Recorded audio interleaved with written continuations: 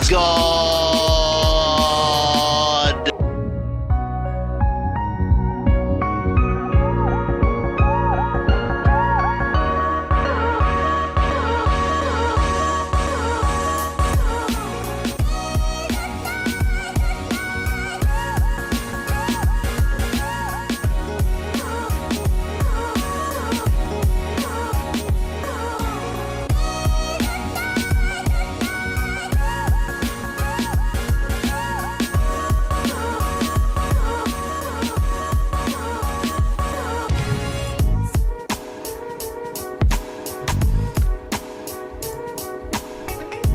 Table flipper, nice.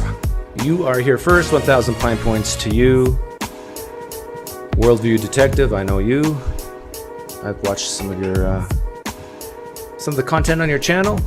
500 Pine points to you. And Shveshhai Patikai, hey, you get 250 Pine points. Vinsus 86, you sorry, you're in 4th place. You're not good enough, Vinsus. You're just not good enough. Try better next time. I hope you get here first next time so I can give you some Pine points. I thought I would add some value to Sean McDowell by doing a side-by-side comparison of Sean McDowell as an atheist and Sean McDowell as a Christian. A little while back, I did a video on Sean McDowell doing pretty well as role-playing as an atheist. And I guess he did such a good job that a lot of his Christian followers said, well, what's the Christian answer to all these questions? You gave such a great atheist answer. Let's hear the Christian answer so we don't lose our confidence and so we don't leave Christianity and so we don't end up in hell. This is my wife's favorite. This is peach nectarine. So we're going to try this here. I don't think I've ever tried peach nectarine.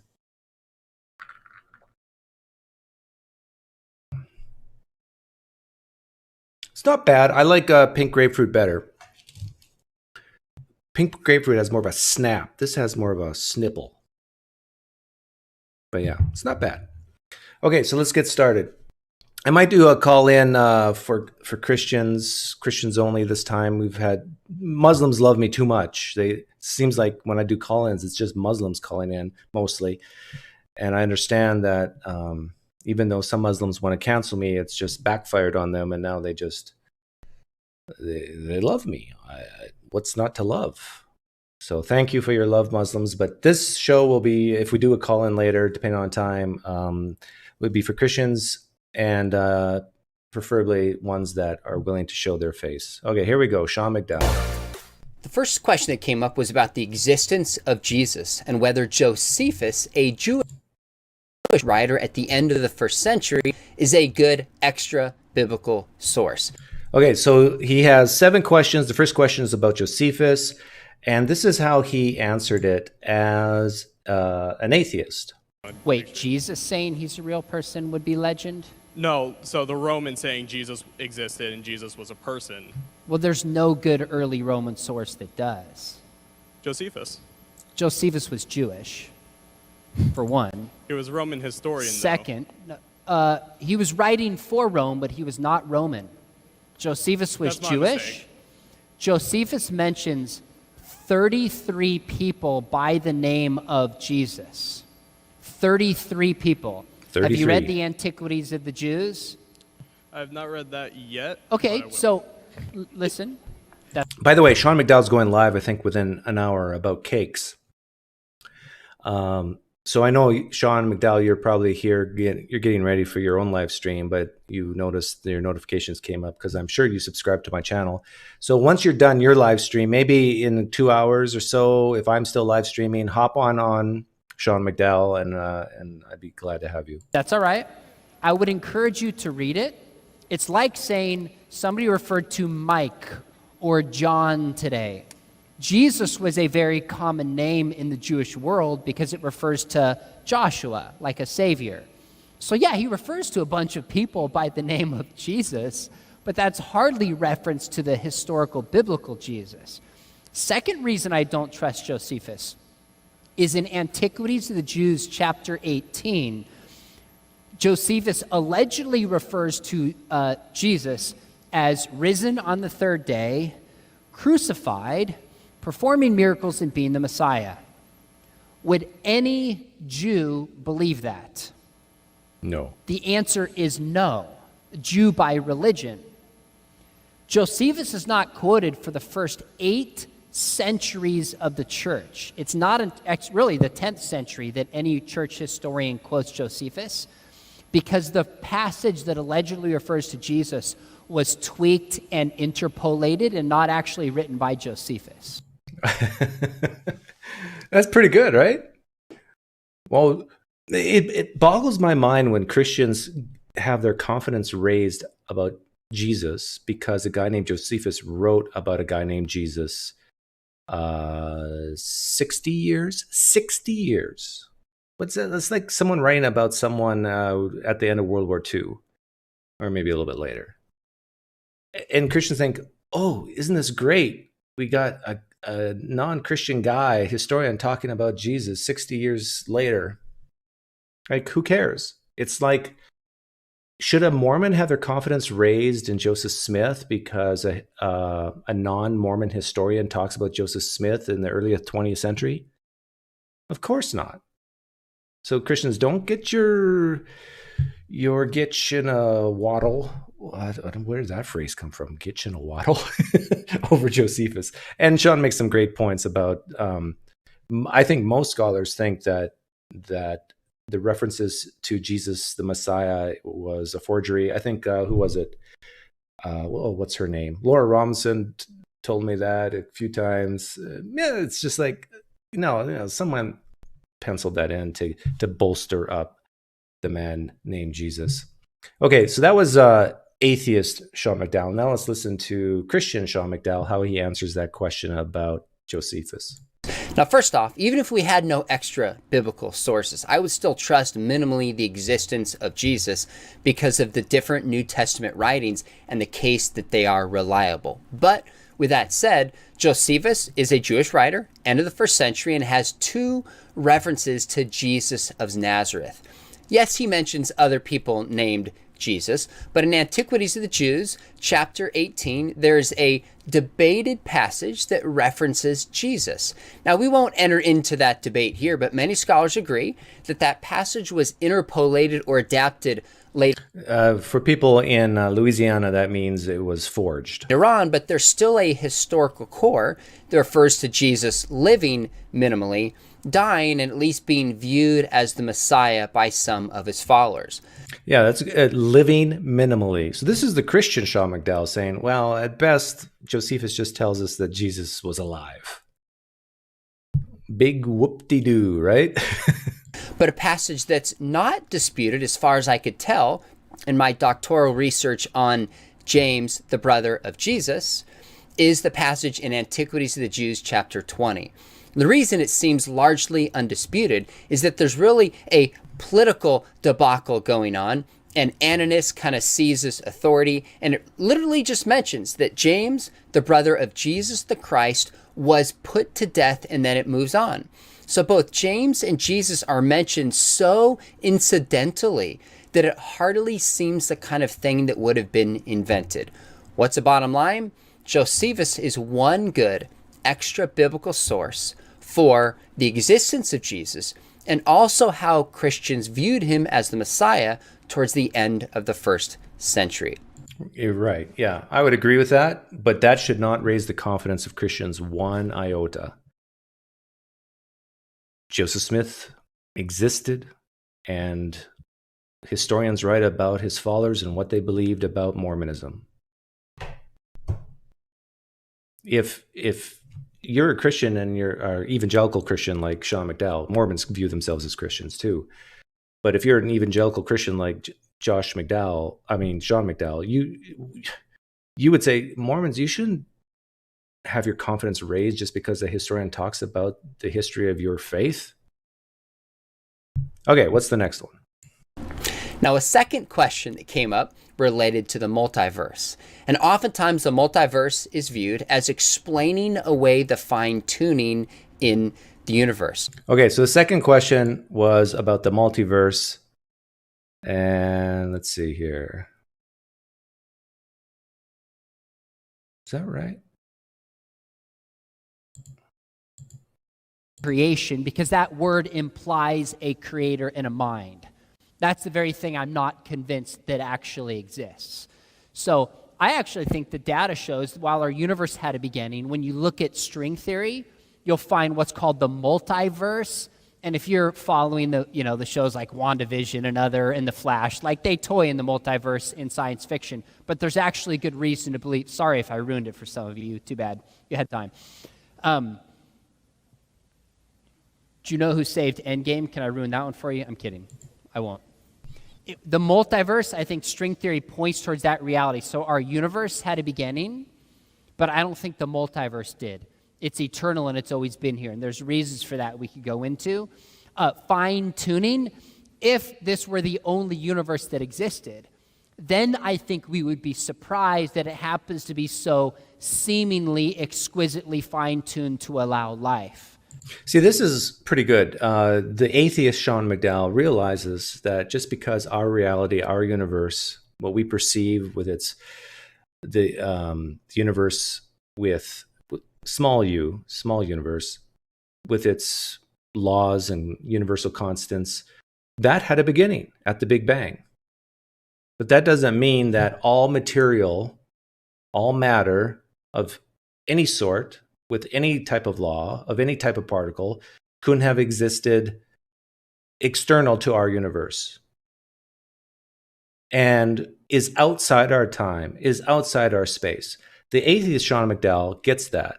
Now let's listen to the Christian Sean McDowell. Some would say if there's a God, he could fine-tune it, but if there's an infinite or many worlds hypothesis, that could also explain why there's at least one or a few fine-tuned universes, and we shouldn't be surprised to find ourselves in a fine-tuned universe. Well, much could be said about this, but here's two ways that I think can be pushed back against this. Number one, I don't think it's a wash between God and the multiverse, because God is a much simpler explanation for fine-tuning. This made me chuckle a little bit when I listened to it the first time. God is a much simpler explanation as compared to the multiverse. I think both Christians and non-Christians alike agree that, well, most agree that the material world exists, that we have atoms, that we have protons, neutrons, electrons, that we can see them, we can hear them sometimes, we can touch and feel matter. But what Sean is saying, that it's a simpler explanation to posit something other than that, which we can't really know, or no, let me rephrase, that we can't really define. Here's a challenge I often give to Christians or theists in general who believe in the supernatural. Define what spiritual is without using the negation of the material. So in other words, you can't say, well, spirit is the immaterial force, whatever. You can't say that. You what is it? Not what is it not, what is it? So isn't it more reasonable to postulate that matter has always existed and that it explains why we're here, rather than postulate some thing, some new category of things that we can't even define, that's outside of space, outside of all time, that we can't even define without using the negation of what we know and experience today? All we have to do is posit one intelligent agent capable of fine-tuning. Yeah, all we have to do is posit one intelligent agent. Ask theists across the globe what this one intelligent agent is like. Describe the nature of this one intelligent agent. You're going to get a ton of different answers. Now, one could say, well, you get a ton of different answers on certain parts about the material universe as well. I get that. But there's definitely things that 99% of us humans agree upon, that when we drop pens on planet Earth, it goes towards the ground. Like, does God have free will? Does God, what's God like in terms of omniscience? Can he see the unseen? Can he do the undoable? Can he see the future or not? Is the future set? Is God in time or not? Is God in time temporally or sequentially? Is God personal, or is he just a creator God? If he's personal, doesn't that mean he's in time? Because that means if he's personal, he has thoughts. If he has thoughts, then that means he can have a thought and then a thought after that thought. So therefore, he's in time now. Does God, is he in a place? Is heaven a place? If God's in heaven, then isn't heaven a place where God is in? Or is he outside of space? I mean, to posit that God is a simpler explanation is basically, the only way that works is if you have, you squint your eyes and you just view God as really fuzzy. And it's just some type of nebulous, philosophical type, mysterious God that's out there.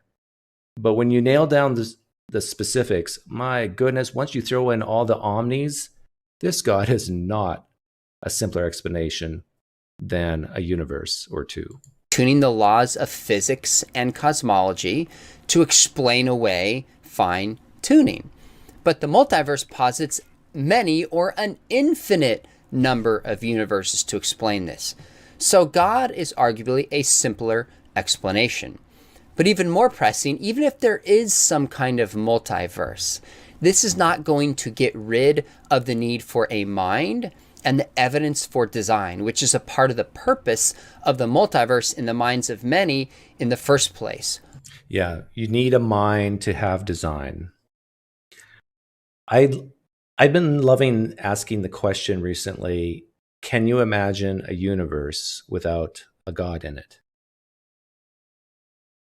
And I would love to ask Sean McDowell this question. To write a screenplay, a script, but a movie where there's a universe where there's no God, describe that universe. And so many times, Christians, Muslims, they will tell me, I can't even envision that. If that's the way you answer, basically you're saying it's impossible in your view to have a universe without a deity in it. And if that's the case, why in the world are you talking about fine-tuning and design? You just point to anything that exists, and you're done. Why? Well, think about this. An example that's given by Robin Collins. He says, if we want to know where bread comes from, you say, well, a bread maker. Well, that doesn't explain the need for design, because we still need an explanation for the design of the bread maker. Do we need an explanation for the design of the designer, namely God? Of course not. They say because he's special. This is pleading for speciality. Special pleading. Well, if you can special plead that God doesn't need a designer, then you can special plead that the universe or the multiverse doesn't need a designer, just always was.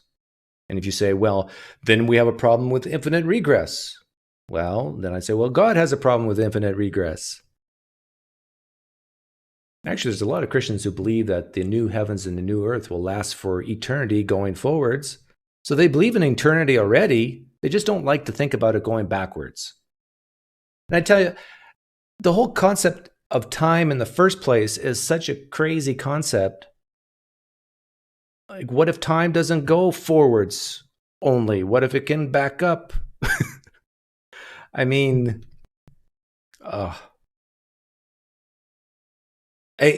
think Christians like Sean McDowell realize that anything he says about his God, you can say about the multiverse, except for the way they get around this is, but we need a mind.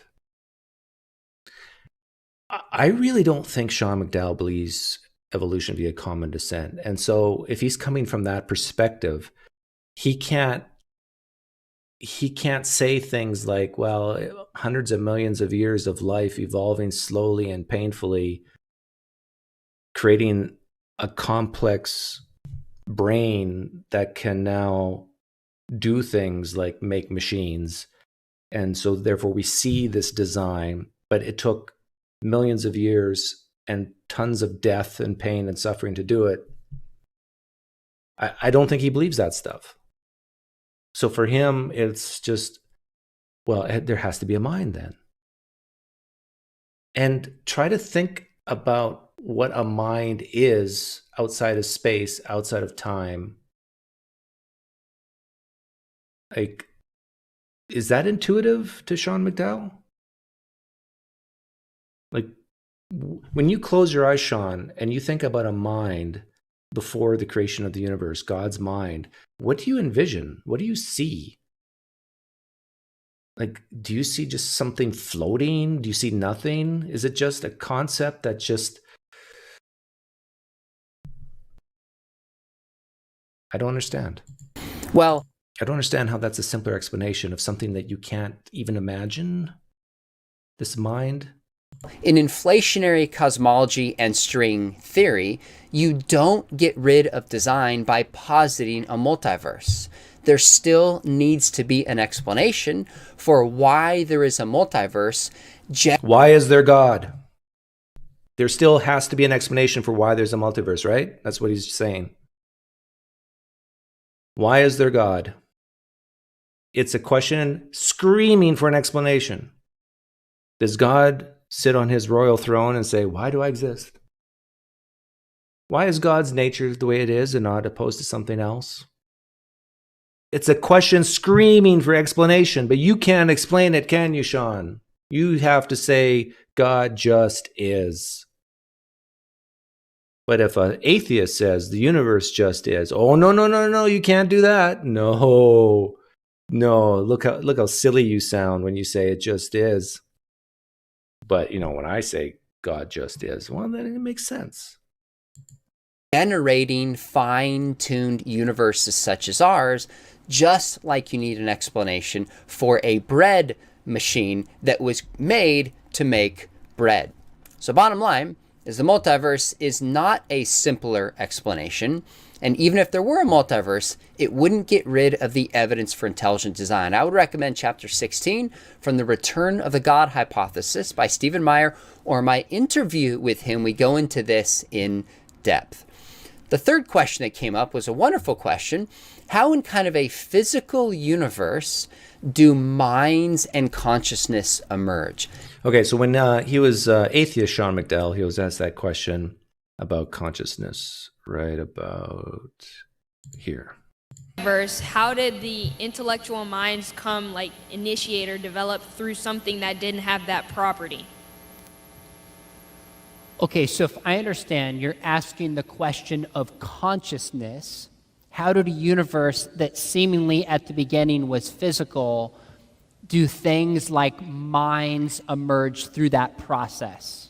Yes. Did I capture your question? Yes. Okay, good. So yes, the universe is physical. Wait, don't leave yet, because you might want to follow up. But there's certain capacities for what are called emergent properties at the right level of complexity and diversity to emerge. So take, for example, hydrogen and oxygen.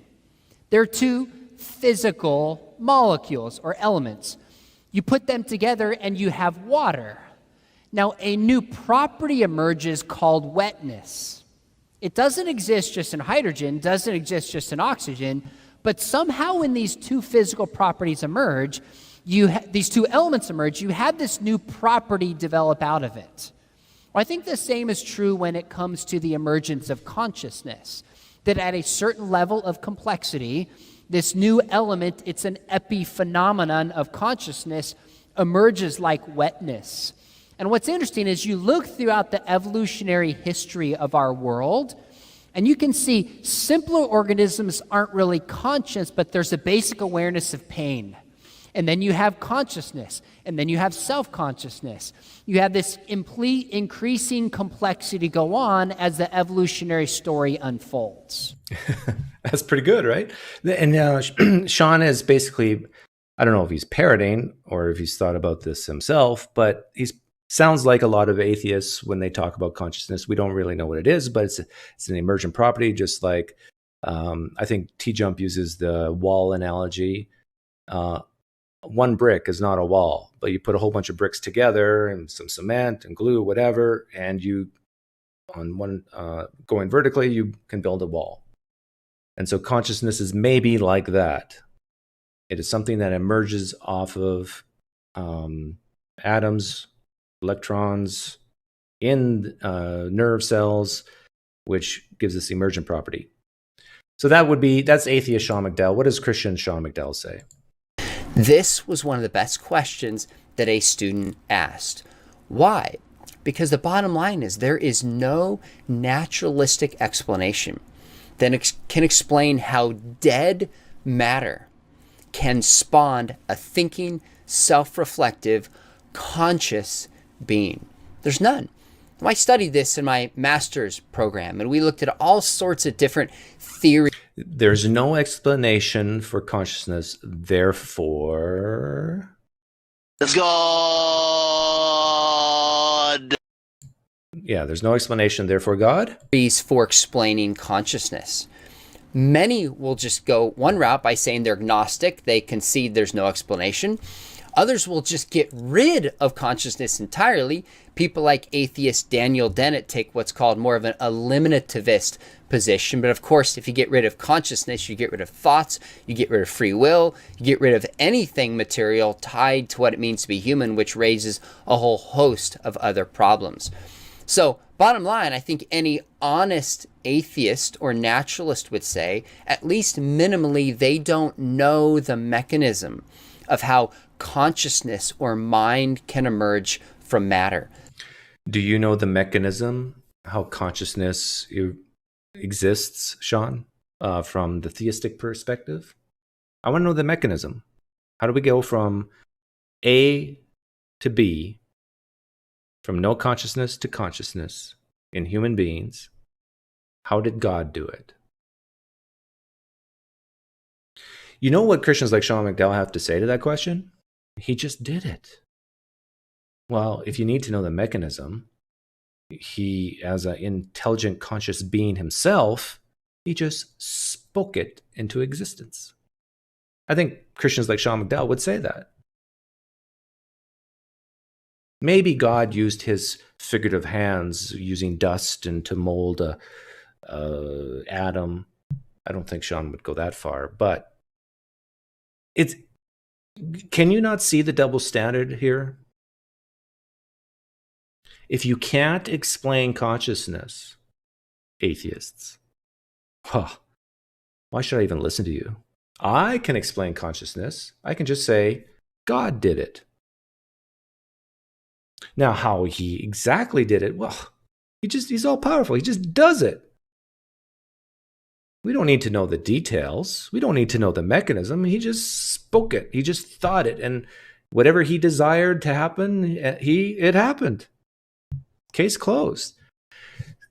Consciousness is a mystery of some sorts. And what Christians like Sean McDowell are doing is they're just shifting the mystery from one thing to another thing and saying, we've solved it.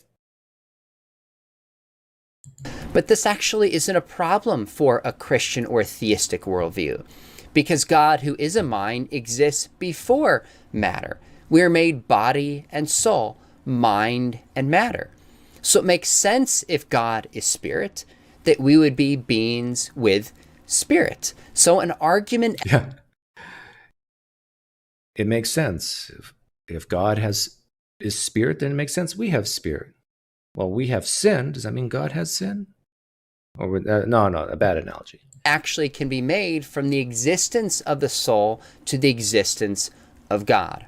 I would check out the book The Soul by J.P. Moreland, or my interview with... Hey, welcome, Tangelo. Good to see you here. Enjoyed our conversation, the last live stream we were on together. With him again, in which we go into this in depth.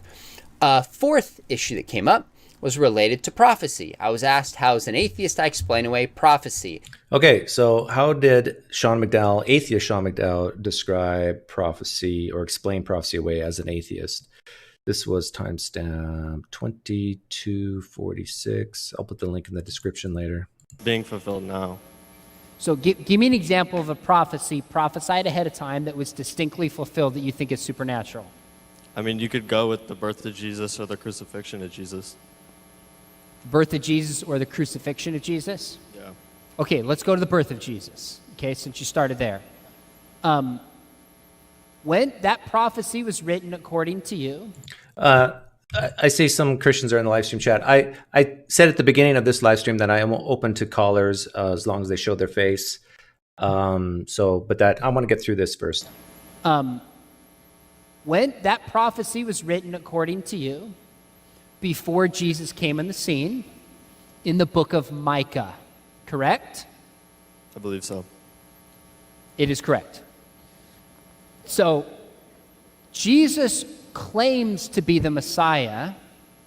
Would he have been aware of this prophecy? Are you asking me the question? Yeah. See, this is one point where me as an atheist disagrees with the atheist role play here. I would not say that. I would not say Jesus claimed. Writers of the New Testament claim that Jesus claimed. I mean, I guess so, yeah. Well, of course he was, right? In Luke chapter 2, Jesus knew the law so well, even the leaders reflected upon this, okay? I don't think Jesus is real. I'm telling the story from your perspective. Jesus would have known this prophecy. So if he's trying to proclaim himself as the Messiah, do you think by the time he's 33, 3 decades removed from this, he would start telling people that he's from the area of Bethlehem, and later followers who believe this would start telling that as well? The answer is, of course. See, this is another mistake as an atheist. This was written about decades after Jesus' death.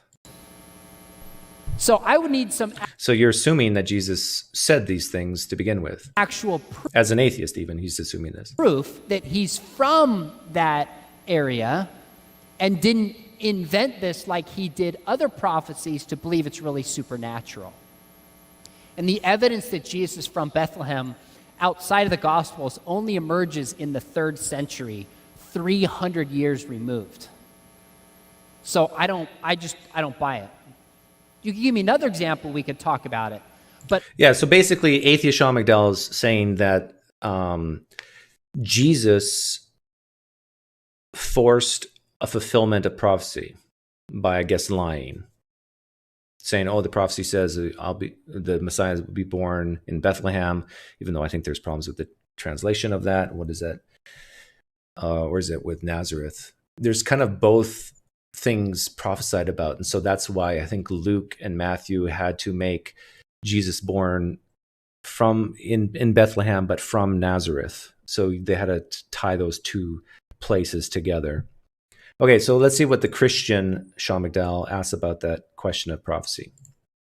And I just dismissed it with a range of different ways. And I said, give me a specific example. And the young man said, what about the birth of Jesus? And my response was to say, well, wasn't Jesus aware of the Old Testament? Couldn't he have just concocted his life and the story about him as if he was born there without giving any evidence? I want to think about this for a minute. What would that make Jesus? That would make Jesus a liar. That he intentionally lied about where he was born to concoct a spiritual story. See, how he's answering right now shows where he's coming from. Like, he doesn't get it. Like, he thinks that if the Gospels say that Jesus was born in Bethlehem, he's thinking in his Christian mind, well, Jesus must have claimed to be born from Bethlehem. He doesn't get that an atheist like me could say that no matter where he was born, the authors wanted him born in Bethlehem and wanted him to be from Nazareth to purposely fulfill what they interpreted from the Old Testament as fulfilled prophecy. So you couldn't actually pen these things in without Jesus actually being a liar. Jesus had nothing to do with it, from my perspective. But both the Christian and the atheist Sean McDowell they don't get this. What they really don't get, what Sean McDowell doesn't get, is just how much a guy like me reads the New Testament as non-historical. I don't think he gets just how much even historians think that it's not historical. I was on a live stream on Myth Vision with Robert Price, who has 2 PhDs in history. And of course, Christians don't like Robert Price because he's a Jesus mythicist. Most of the planet are Christ mythicists, but very few are Jesus mythicists. And I asked him the question, what percentage of the New Testament do you think is actually historical, that talks about things that actually happened in the past? And we played a game, and I wrote it on a piece of paper. Derek wrote it on a piece of paper, and then Robert Price wrote it on a piece of paper. So we wouldn't bias each other. And on the count of 3, we showed our answers. And I said 20% of the New Testament is history. Derek said 20%. And Robert Price, who's a historian, said 5%. And I think even evangelical historians, like, who's a good example? Craig Evans. Is he evangelical? Or historians like Dale Allison. I tell you, I would be shocked if these Christian historians would say it's over 50%. In fact, if anybody here ever interviews Dale Allison, and if I ever interview him, I'm going to ask them that question. What percentage of the New Testament do you think is actually historical? And I really do think he won't give a number over 50%. Maybe he would. I don't know. That just shows just how different where we're coming from. That Sean McDowell, his brain goes to, well, you're calling Jesus a liar if he wasn't born in Bethlehem, if he's not from Nazareth? You're calling him a liar? Like he's walking down that yellow brick road because Oz exists. So therefore the yellow brick road exists. To mislead people about their eternal fates. I've heard a lot of criticisms of Jesus, but to say he was lying and immoral and evil is a tough pill to swallow. I think a case can be made that he has given us the greatest moral teaching in the history of the world, and we're going to believe that Jesus was a liar. That's one big problem. But second, we actually... Yeah, Jesus has given the best moral teaching. I think he's referring to love your neighbors yourself, love God. But think about all the other stuff Jesus said. Fear not the one who can destroy the body, but can destroy the soul in hell. I have good reason to believe Jesus was really born in Bethlehem. The Gospel of Luke records this early on in the early chapters. That's the 1st century. In the 2nd... Yeah. The Gospel of Luke records this. What is it, 40 years? 45 years? No, 55 years after. And historians agree, well, many of them agree, that it is really difficult to harmonize the account in Matthew with the account in Luke of where Jesus was born, the whole birth narrative. Even I think Mike Licona admits this. And yet I think guys like Sean McDowell just, oh, no, we have very good reason to believe this happened.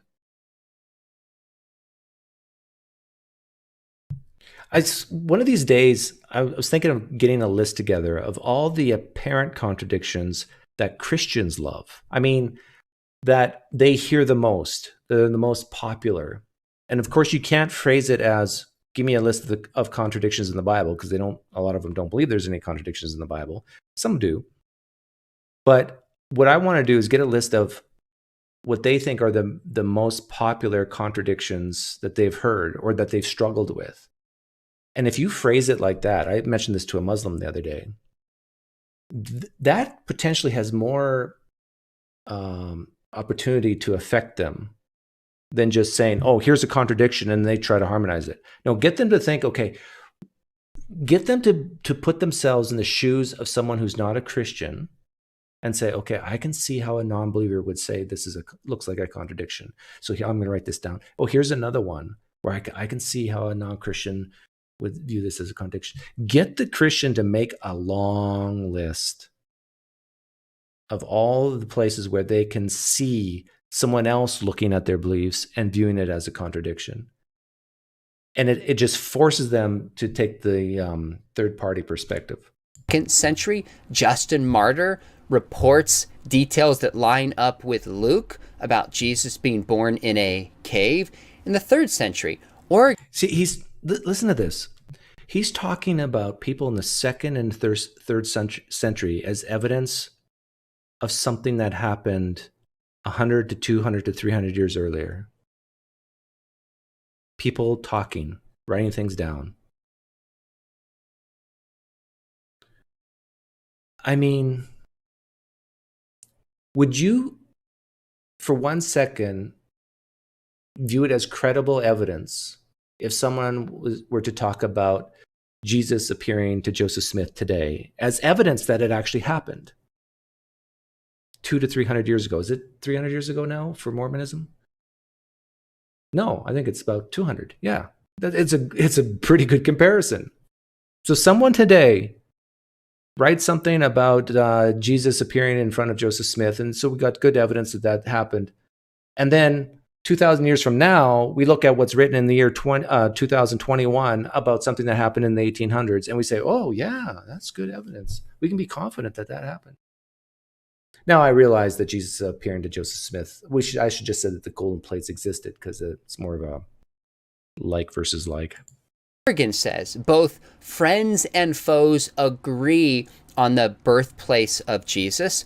And then you get into the 4th century, and Constantine then builds a church over the place that it was said was largely known and believed. So, does this seriously, Christians listening right now, does this, what he's saying, does that increase your confidence just a little bit or a lot? Like, how could this raise your confidence at all is my question.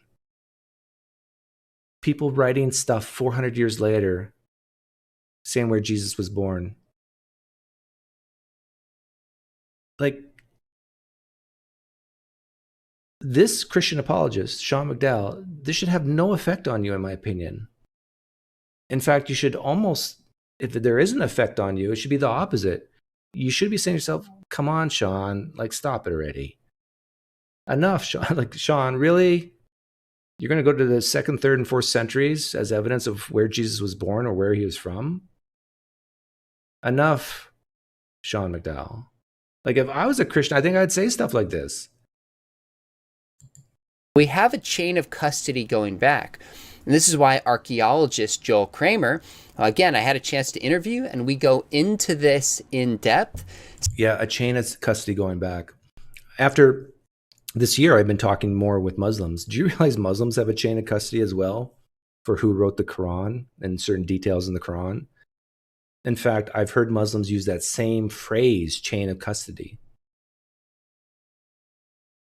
I don't know if they borrowed it from the Christians or the Christians are borrowing it from them, but not for 1 second would a Christian say, oh yeah, we know who wrote the Quran, so therefore that's more likely to be true, or we can increase our confidence in the historical reliability. Come on. Says in his research, and he lives in the Middle East and has gone to the site and studied it, he says Jews and Christians and other archaeologists agree on the existence of Jesus and where he was born, even if they differ over his identity.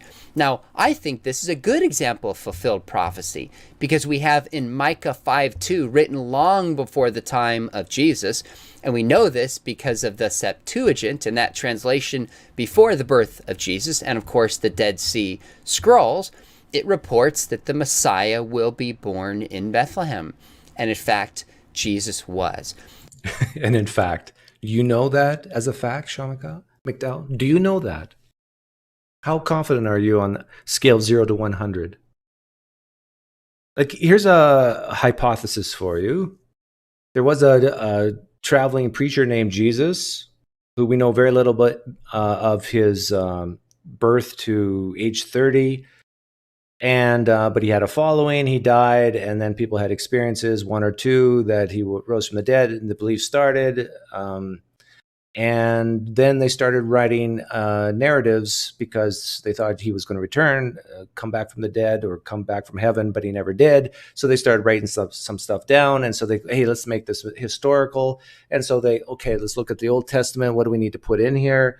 Well, there's some verses that say he was born in Bethlehem. There's also some verses alluding to Nazarene or Nazareth. So we got to tie those two together. And so they just penciled it in. It has nothing to do with where Jesus actually was born, has nothing to do with what Jesus actually said. Isn't that a very reasonable and plausible explanation? I think so. But you see, his brain can't even go there. If you want more on prophecy, check out the book Evidence That Demands... Boy, these apologists know how to market. I'm so envious. They're great marketers. They just tie in all the other people together. Hey, thank you for the donation, Abdullah Ibn Iblis. Don't spend it on meat, he says. Okay, I'll spend it on sparkling ice because they won't give me sparkling ice for free, the company. Come on, sparkling ice. The verdict I wrote with my dad. We go into some depth on a chapter, and I think it's very fair, but makes a case for prophecy. The fifth... One question I ask about Christians about prophecy is, how would you make this prophecy better? And many times they can make it better pretty quickly, which shows you it's not a very good prophecy to begin with. Question that came up was about a standard for love. A girl asked me, she said, if you don't believe in Jesus, how can you believe in love? Well, it's actually a fair question. So the next question was, how do you explain love? Jephthah's daughter gives me $5 and says, spend it on meat. So I got $5 to spend on meat and $2 to spend on sparkling ice. I love it. Thank you for the donation. So what does the atheist Sean McDowell say about how do atheists explain love, according to atheist Sean McDowell? Let's see if I can find it here. 2553 roughly. Hi. I'd just like to say thank you for being here. I appreciate it. And from here, it looks like you have a wedding ring on. Are you married? Am I married? This is getting really personal. Just answer. Just answer the question. Just answer. Wow. Yes, sir. What is your standard for love? If you have no foundation in Jesus, I see no reason to love people at all. Whoa. Did you hear that, Christians? Even that has to make Christians shudder a little bit. Let's listen to this again. This is so cringeworthy. Yes, sir. What is your standard for love? If you have no foundation in Jesus, I see no reason to love people at all. Christians, do you know any non-Christians who either have loved you or you've seen them love others, in your opinion, in a genuine, sincere way? Have you ever seen that? People who deny Jesus Christ as Lord in their life, they can love, yes? Now, the basis for love is a different question, but this girl's saying, oh, no, you can't even love. Thank you for the donation, Jeff Lewis. 19.99 pounds.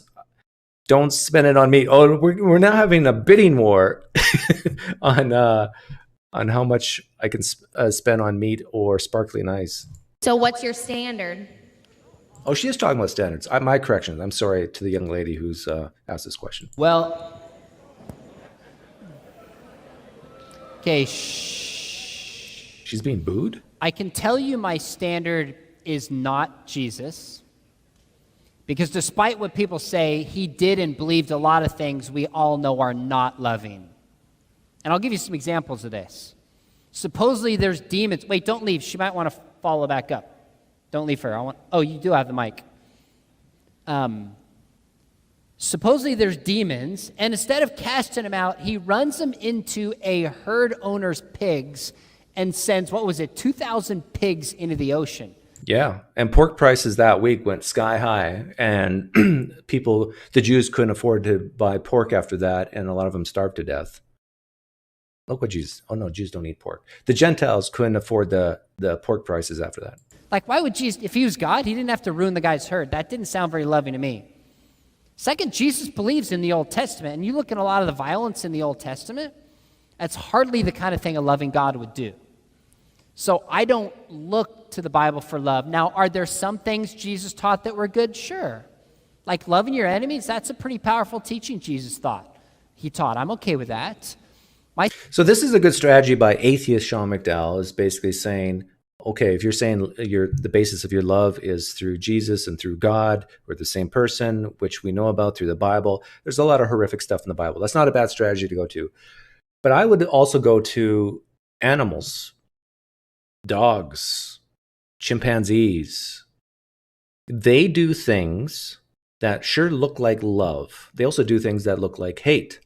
Now, we animals, yes, Christians, you're an animal. You're a strange animal. That's what I know. That's a line of a song. Oh, I forget the name. Whoever tells me the name, you're a strange animal. That's what I know. Gets 500 Pine points if you can tell me who sang that. The first one. I would say just because we're animals who can vocalize, who can put labels on things and say, this is love, this is hate, this is violence, this is compassion, and so forth. Okay, let's see what the Christian Sean McDowell says on love.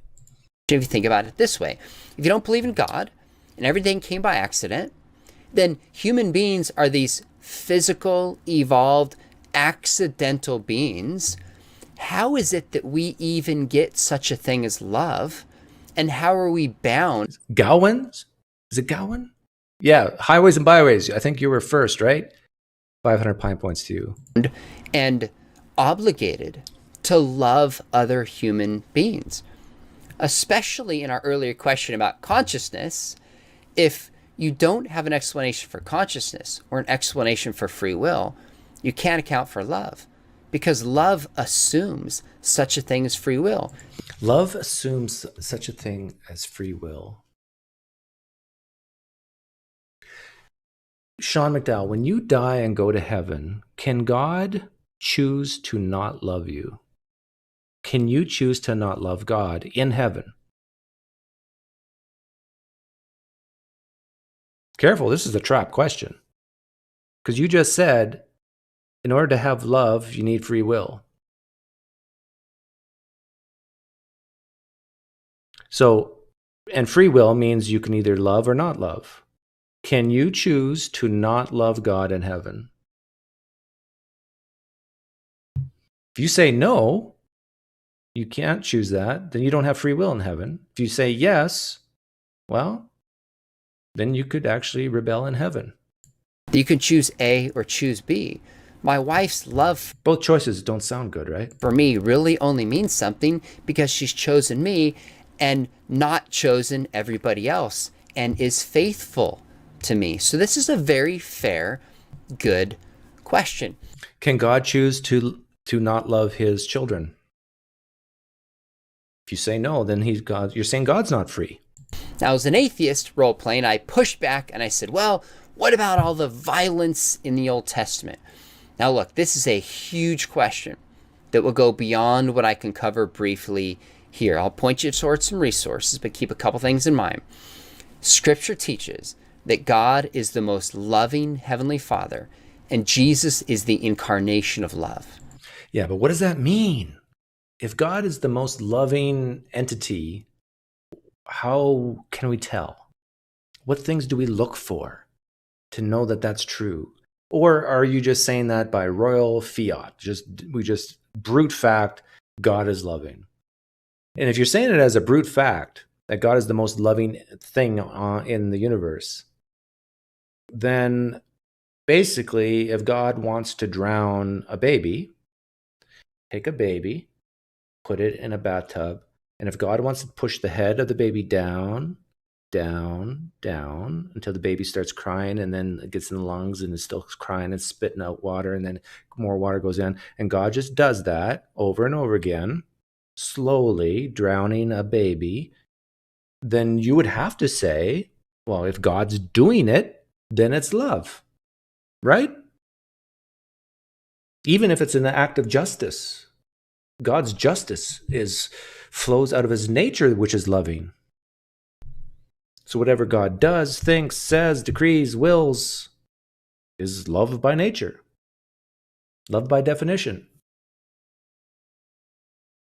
So it really becomes meaningless at a certain point. If action A can be drowning a baby, and action B can be taking the baby and cuddling with it on your lap, if God does both, then both are loving. So how do we tell what's love and what's not based on your God? So we see in Jesus him touching this leper. We see his compassion for the Samaritan woman. We see Jesus dying on the cross. Yeah, and you notice in the Old Testament what happened to lepers. What did God command, Sean McDowell, in the Old Testament for people who are unclean? That they should be cast out. Right? Your God commanded that just 1,000 years earlier or 500 years earlier. See, what the New Testament writers did is they took some things out of the Old Testament and used it. But on other things, they did a complete reversal of expectations. It was the new and improved God. But some things they didn't improve on. Some things they made it worse, like with the concept of, well, hell. But hell's another issue. Offering his own life in the greatest act of self-sacrificial love in the history of the world. The love we see in God goes beyond anything. Yeah. Punishing apparently an innocent person for the sins of another is love? Isn't that the definition of unjust? But when God does it, it's okay. If we're honest, that we see in our own hearts. But we also see the judgment of God in the Old Testament and the New Testament. That God is holy and he cannot take sin, and sin requires atonement. That's an interesting way to phrase it. God cannot take sin. It's almost like that's kryptonite to Superman, right? Like God says, get away. No, I can't take sin. No, away from me.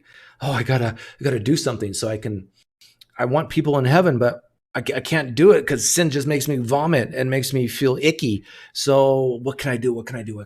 Well, I know what I'll do. I'll have a bloody sacrifice. Atoning for. Now, some ways God allows and uses violence for judgment in a certain place at a certain time. That's unmistakable. But the point I want to make here is we see both extremes, you might say, when we look at the person of Jesus in the scripture. We see this deeper love and this deeper sacrifice, you can imagine. But we also see God's holiness. And both of those... Yeah, some people's theory is that God mellowed out after the birth of his son. It's like he was an angry God, a just, wrathful God. But then, oh, Jesus, you're so cute. Oh, coochie. And it's like he softened, his heart softened a little bit in the New Testament. Those have to be kept together. Here's a link to an article that may be helpful. I walked through with a professor, actually not an article, an interview with a professor at Talbot School of Theology I teach with, and we walked through the different ways that Christians can make sense of Old Testament violence. If this is a question that bothers you, that would be a great place to start to make sense of this challenge. Yeah, if something bothers you in the Bible, don't worry. We have resources to make that icky feeling go away. Challenge 6 was on morality. Somebody said, how do you have a basis for morality if you don't believe in God? Okay, so what did the atheist Sean McDowell say on basis for morality? 45-53-ish. Jesus taught. So I'm wondering, as an atheist, what you perceive right and wrong as, and if you judge it based on what you personally view as right and wrong, what gives you the right to punish criminals or people who commit... Even as a Christian, I can, from their perspective, I can answer, what gives you the right to punish criminals? Well, your Bible says that the government's been given the sword to execute my justice. And every government's in place from, God's doing. Genocide, if they're acting upon their own will and what they perceive as right. Okay, so I think I heard you. When I'm done, if I didn't answer, come back. The question is, how do I define morality and what gives me the right? I don't think I have the right.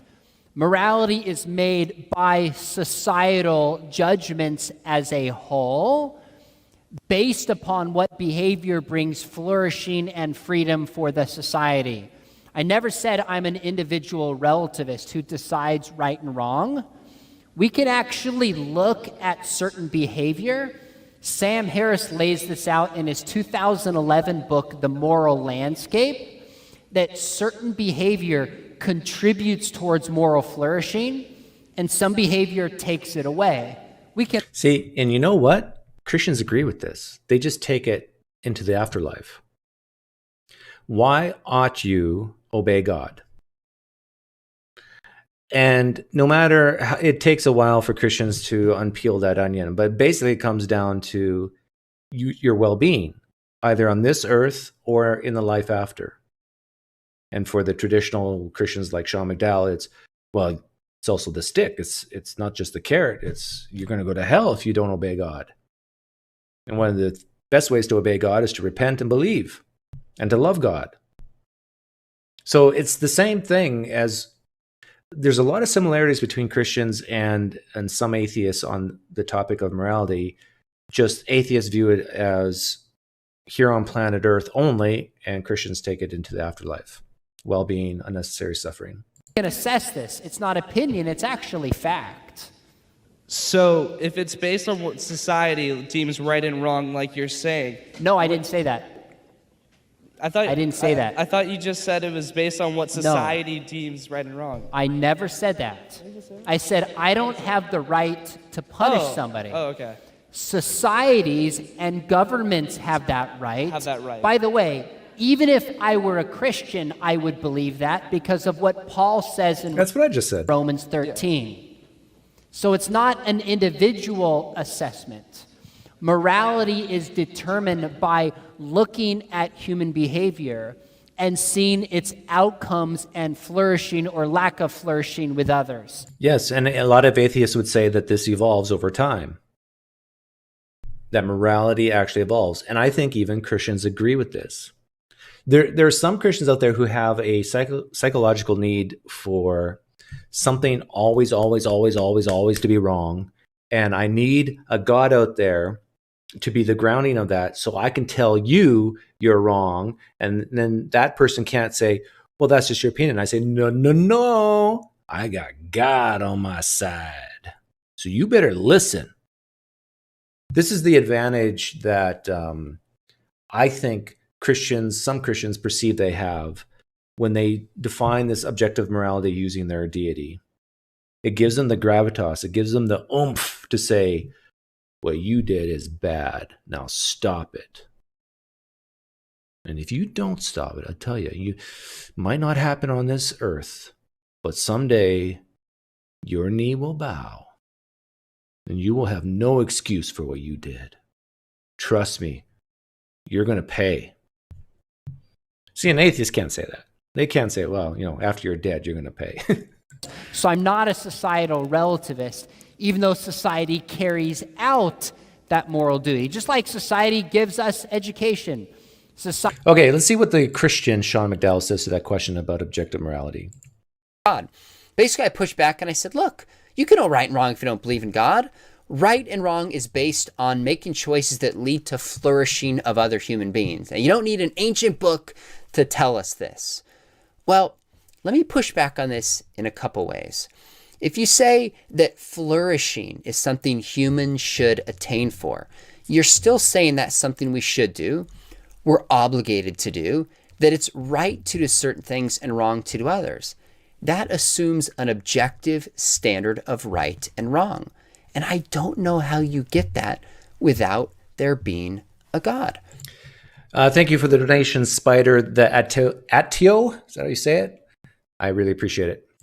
So many atheists want to say, oh, my morality comes from flourishing, but then they muzzle in design and purpose and moral obligation. That doesn't make sense in an accidental, purposeless material universe that has not been designed. Yeah. What about millions of years of evolution via common descent, natural selection? Natural selection is not accidental. Certain species surviving because of certain traits they have is not an accident. Now, mutations, you can say, in the genes could be accidental. but mutations that are not favorable for the environment in that environment will die off. So morality is just this thing, just words we use to describe behaviors that we want and what we don't want to aid in our survival. I know that sounds really cold and heartless to Christians listening, but you see it in the animal kingdom all the time. And I really don't think God, the concept of God, helps that much, other than to say, I got God on my side, so stop it. It gives you that gravitas. I'll give you that. And especially if this God can hurt you in the afterlife, or reward you for that matter. But the more important question in terms of morality is not if there is objective morality from Sean McDowell's God. If this God is the grounding of objective morality, what is it? How do we know what it is in specific situations? And Christians will admit, I think, that that's not easy. We still have to look at the data, look at the information of each situation.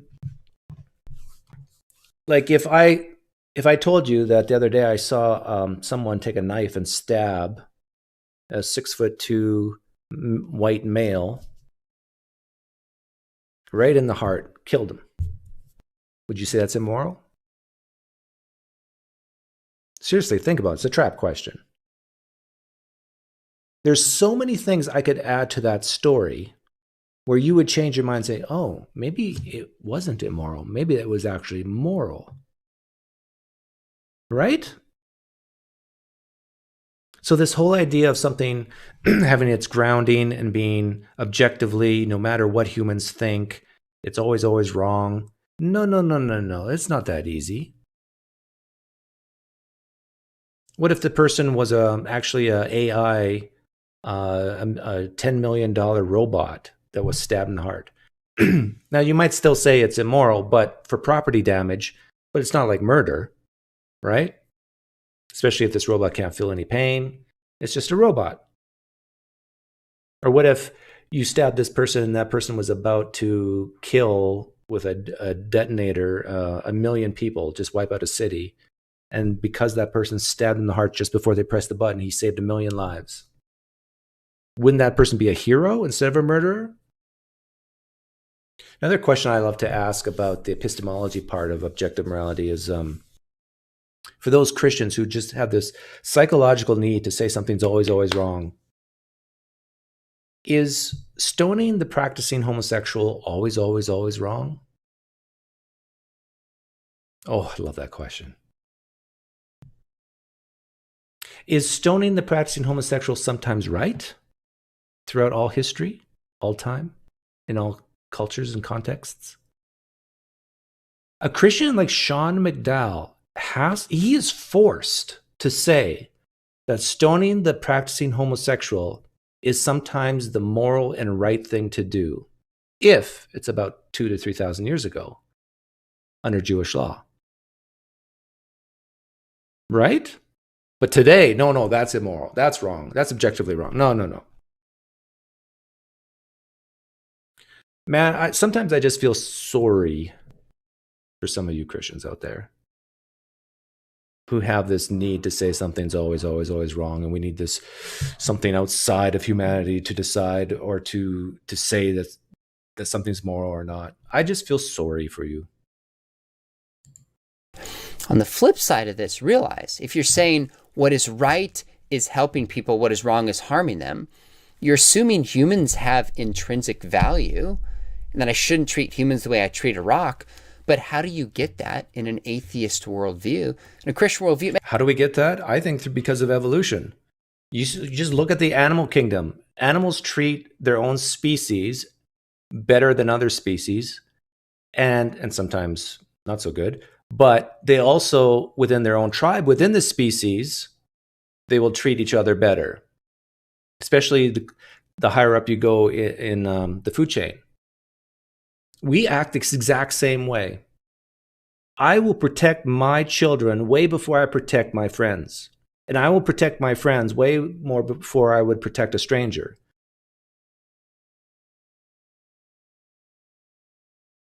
I think we evolved to do this. I think we evolved to say, oh, I have no problem stepping on a rock. I might have a tiny bit of problem stepping on a caterpillar, but not really. Killing a butterfly, yeah, maybe I shouldn't do it because it's beautiful, but it's no big deal. But killing a dolphin? Oh, come on, guys. Like, what's wrong with you? Why would you ever kill a dolphin? You're an immoral person if you kill a dolphin. You killed a person? Now you're a murderer. Now you go to jail for a long time. You see how we evolved to just, and there's nothing in the Bible that explains that, why we have these internal feelings, but differences between a butterfly and a dolphin, or is your pet dog. But we all have it, right? I think evolution explains this. But your God, I don't think, does. The differences between different species and how we have these intuitions about them. I'm sure some Christians will say, yeah, my God can explain that too. Yeah, you can explain anything. Makes sense. People are made in the image of God and have value regardless of skin color, sex, where they're from. Yeah, see, I'll say some shocking things right now. The reason why we value other humans is because of the value we humans place on other people.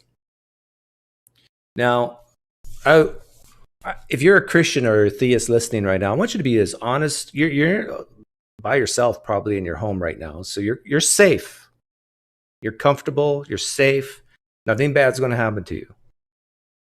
Although God might know your thoughts, so you've got to be careful. God might smite you here. But what is more valuable to you, Christians listening, or Muslims? Your pet dog. I'll even take it off your pet dog. A service dog. A dog that helps a blind person cross the street. A dog that races into burnt buildings and pulls out kids. What's more valuable? A service dog like that? Or a serial killer who kills young teenage girls? I dare you to say that serial killer has more value to you than the dog. Right? Or are you going to tell me because the serial killer is made in God's image that you value that serial killer more than that dog? No, we humans place value on people, our own species first, but we still look at what they contribute to society. I know it sounds terrible, but it's true. The truth hurts. How much money they have. I don't know how you get human value. I haven't heard any good explanation how you get that without there being a God. So flourishing doesn't account for objective moral values and duties, which is what in our hearts we want to affirm. So for that... And German Shepherds, for the record, are more valued than poodles. That's truth. Truth. And many more reasons, I think that explanation for morality falls short. I'm laughing not at you, Sean McDowell. I'm laughing at the comments in the live stream.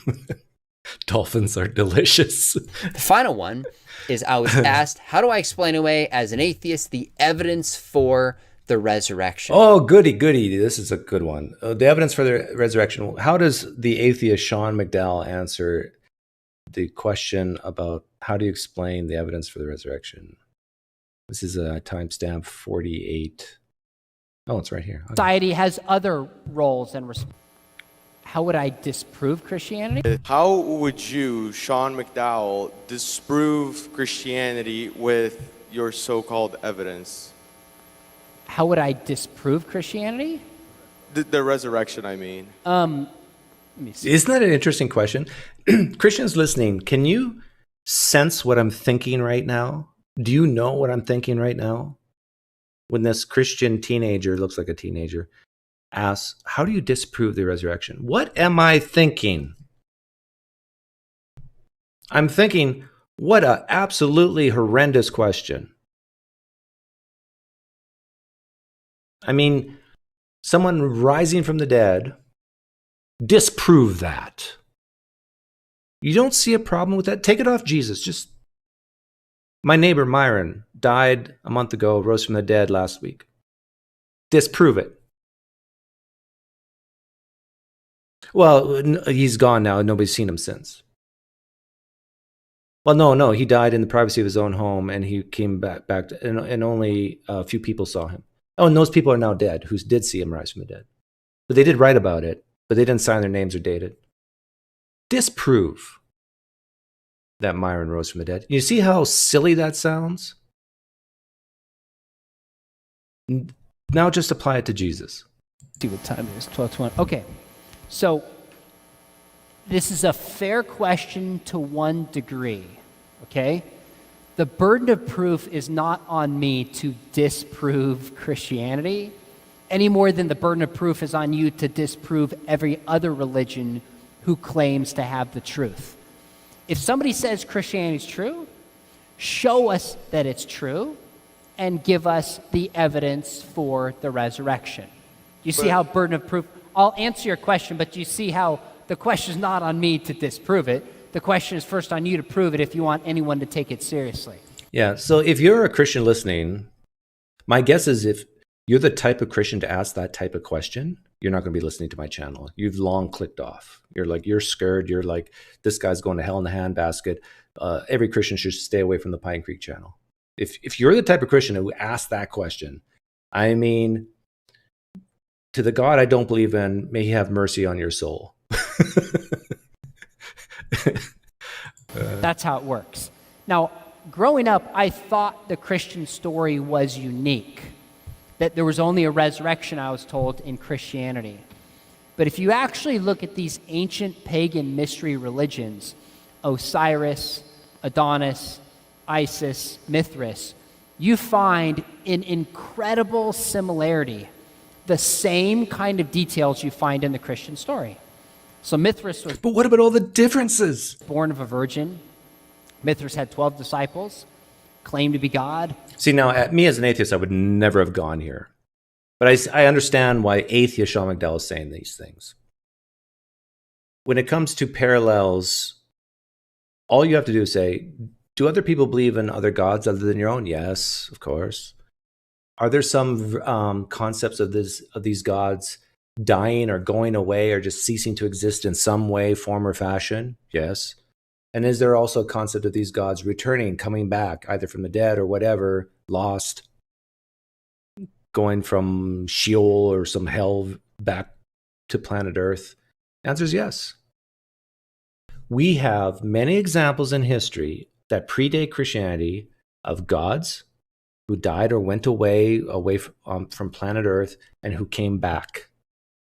Dying and rising gods. That's all the similarities you need at this point. That you have this basic theme.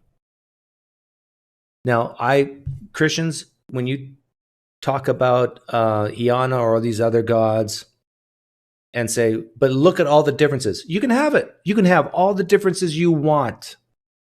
Fine. But that, you would be hard pressed to argue against those themes. And that's all I think Sean should have done here. But let's see what the Christian Sean says to this. And I pointed towards what are often called these mystery religions of the ancient Near East. Mithras, Adonis, Osiris, Isis. And these are supposedly ancient stories that have the same characteristics as we see in the Christian story. Things like resurrection, things like born of a virgin, things like having 12 disciples, claiming to be God, etc. Well, what's interesting about this is when I was in college, I went through a period of questioning and doubt that was really pretty serious for me.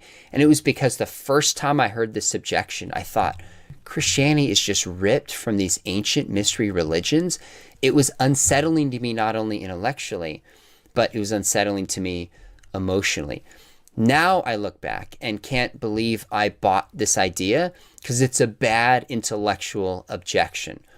There's a whole bunch of problems with this. One problem is the dating, is that when you look at actual similarities that can be made between these pagan mystery religions and Christianity that are actually similar in any way, the evidence seems to show they come after Christianity rather than There's no examples that come before, Sean? You know there are. before. So if borrowing is taking place, you can make a case that at least in some instances, these pagan Like, I don't know how to pronounce it, but is it Inanna came before? Even Hercules came before, right? Or no? mystery religions borrowed from Christianity, not the other way around. Although Hercules didn't die and rise in any way, form, or fashion, I don't think. The other thing is these similarities are exaggerated. So you hear these stories say, oh, Yeah, see, I think Dale Allison even said this when he was on, was it Sean McDowell show?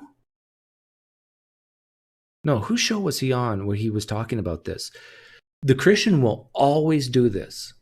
They will always say that the similarities are almost nil, but the differences, oh my goodness. Like Inspiring Philosophy, he has many videos where he does exactly this.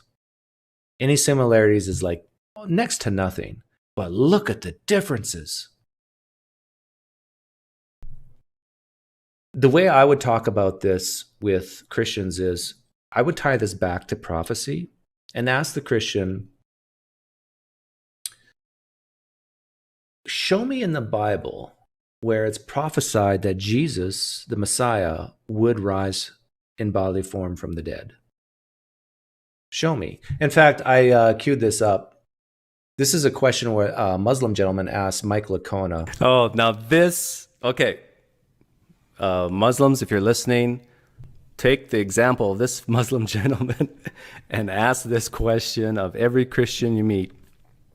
And same with atheists. Ask this question of every Christian you meet. And whatever answer, if you get an answer different than Michael Lacona, you can quote Michael Lacona here. After this video is over, I'll probably snippet this because this is glorious. Is it taught in the Old Testament that Jesus was going to be resurrected? Okay, I know the echo's bad, but the question is it prophesied in the Old Testament that Jesus would rise from the dead? Because remember, this topic is on dying and rising gods, the resurrection. Well, the Christians went back and interpreted Psalm 16:10 and Psalm 2:7, but no, I don't think there's any clear scriptures in the Old Testament that would seem to suggest that the Messiah was going to rise from the dead. There's no clear scriptures in the Old Testament that says that Jesus, the Messiah, would die and rise from the dead. And that Jews, who would later become Christians, reinterpreted some passages to make it fit this idea of a dying and rising God, which they probably had the theme of dying and rising gods in their head from prior examples through their education. So here we have the most important aspect of Christianity, the resurrection of Jesus. And guys like Sean McDowell are talking about, oh, it was prophesied that he would be born in Bethlehem. But yet it wasn't prophesied that he would rise from the dead.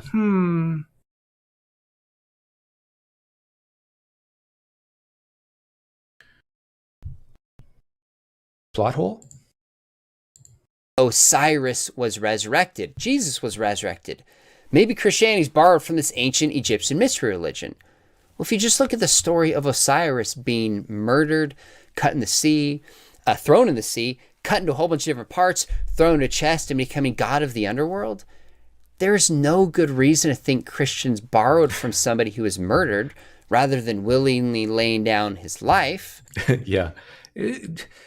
Jesus wasn't murdered. I mean, it was deity-assisted suicide. And somebody who becomes a god of the underworld rather than actually... Didn't Jesus go to the underworld? Some Christians believe that. ...being resurrected. Didn't he pay for our sins both here on earth and had to somehow pay for it in hell too? Now, I know not all Christians believe that, but where was Jesus for those 36 hours?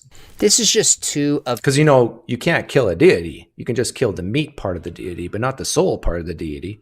Many... Otherwise, it'd be a trinity to a deity, biety. Problems. In fact, the third one is, if you actually want to understand Christianity, don't go to its pagan roots, go to its Jewish roots. Yes. I mean, Paul was a Pharisee of Pharisees from the tribe of Benjamin. Jesus says in Luke 24, don't you know the scriptures spoke of me?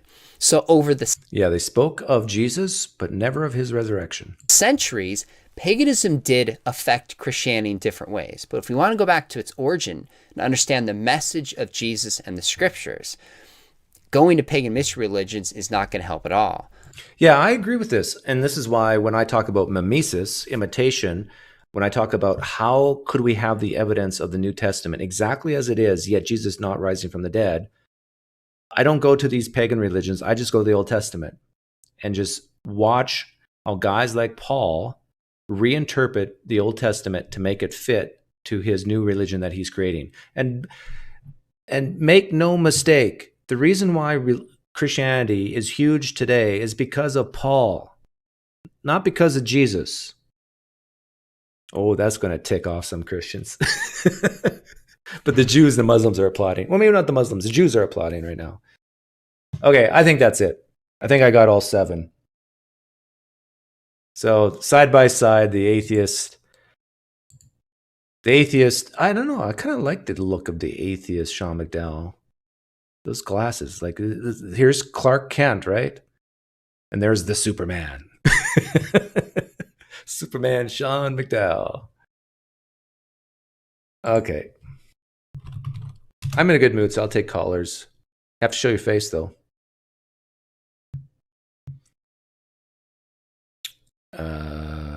Share link.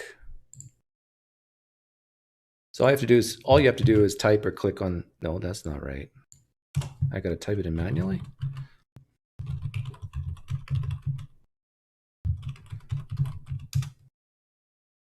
Then I'll pin it.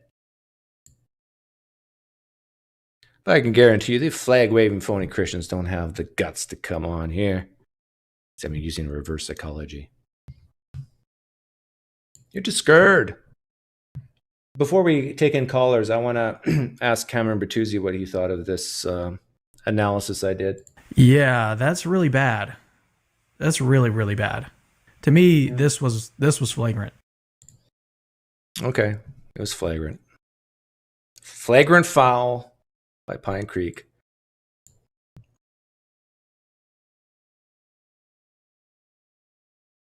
PineCreek, golfing today? No, I only golf on Mondays usually. I did actually golf really well last Monday. 87 is good for me. Shot an 87. And it was in bad conditions. Hardly any grass on the fairway, so like you're hitting off cement basically. If you don't have enough guts to come on here, you can ask questions in the live stream chat. I guess I'll answer those. Have you seen DD versus Tom Rabbit yet? Yeah, Lucky Seven Wolf, and I saw a little bit of that today. And we have a caller.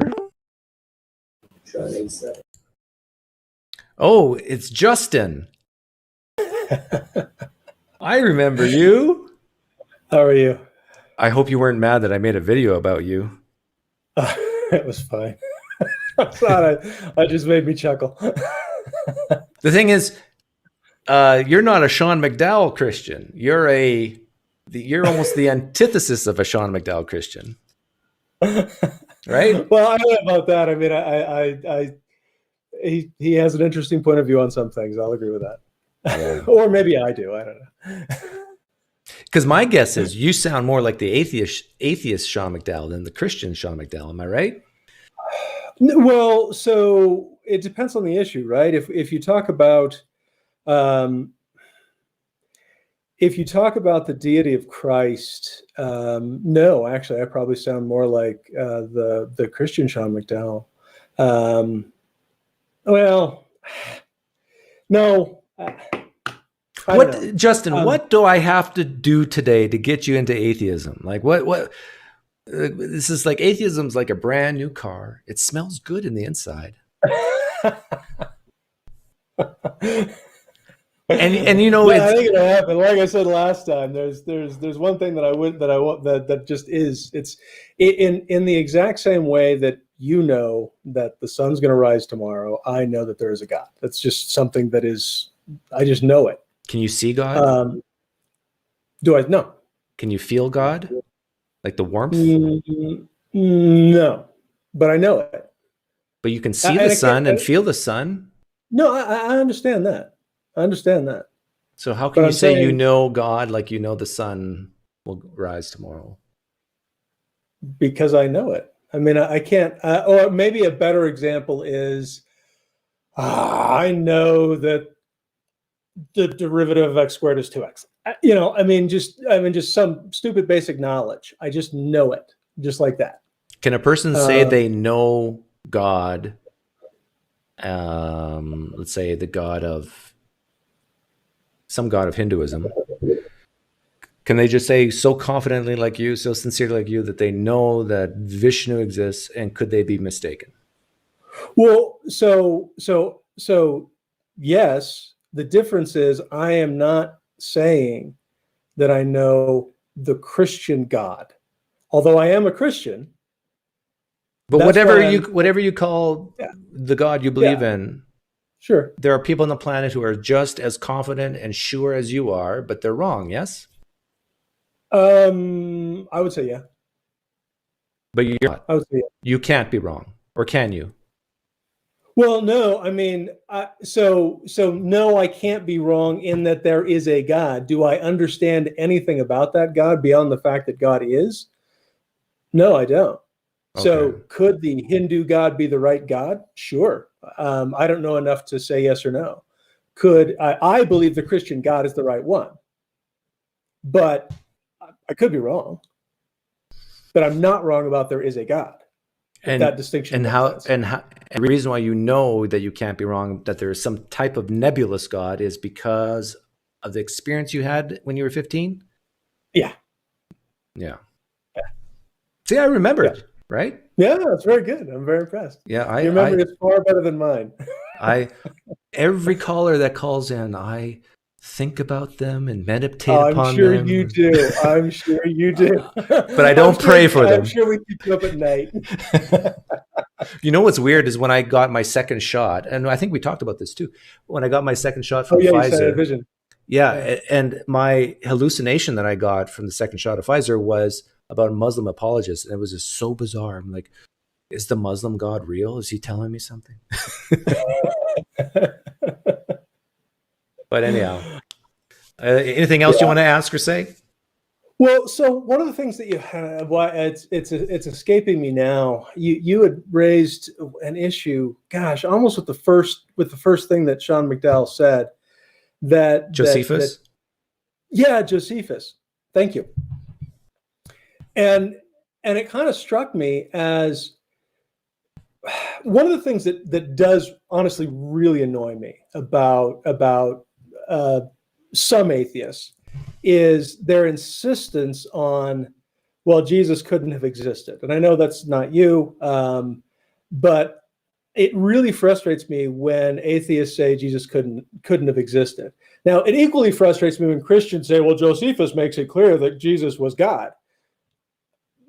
But to the extent that atheists say there is no evidence that this fellow named Jesus existed, it's ridiculous. It is equally as preposterous to say that there's no evidence that Jesus existed as it is preposterous to say there is solid evidence that Jesus is God. The evidence is fairly clear that this fellow named Jesus existed and that folks around him thought that he was Messiah, whether they were right or not. And it really frustrates me when atheists just won't acknowledge something that's so painfully obvious historically. Well, history is about probabilities.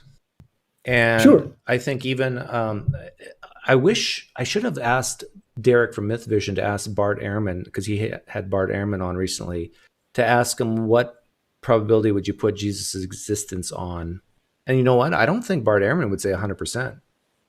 He'd probably say 80 or 90. No, I'd say 99.5 or something. Yeah, he'd give a high probability, about where I'd be too. I mean, it's obvious the guy existed. But if That's Jesus, obvious, I mean, yeah, I'm not a Jesus mythicist. I'm a Christ mythicist. But if Jesus didn't exist, how would you and I explain what we have? If Jesus, just as a fella, just as a guy. No, if the whole character was made up, okay, and Jesus never existed, there's no tie-in between a guy named Jesus and 12 disciples, and no crucifixion or resurrection, just none of it.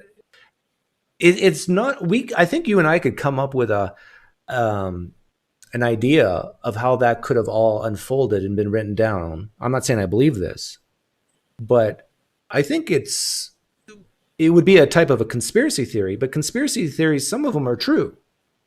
I agree, but it's so unlikely given the characters at play, right? Unless you want to do something outlandish, like Constantine created this entire mythos around Jesus in order to secure power to himself or some nonsense like that.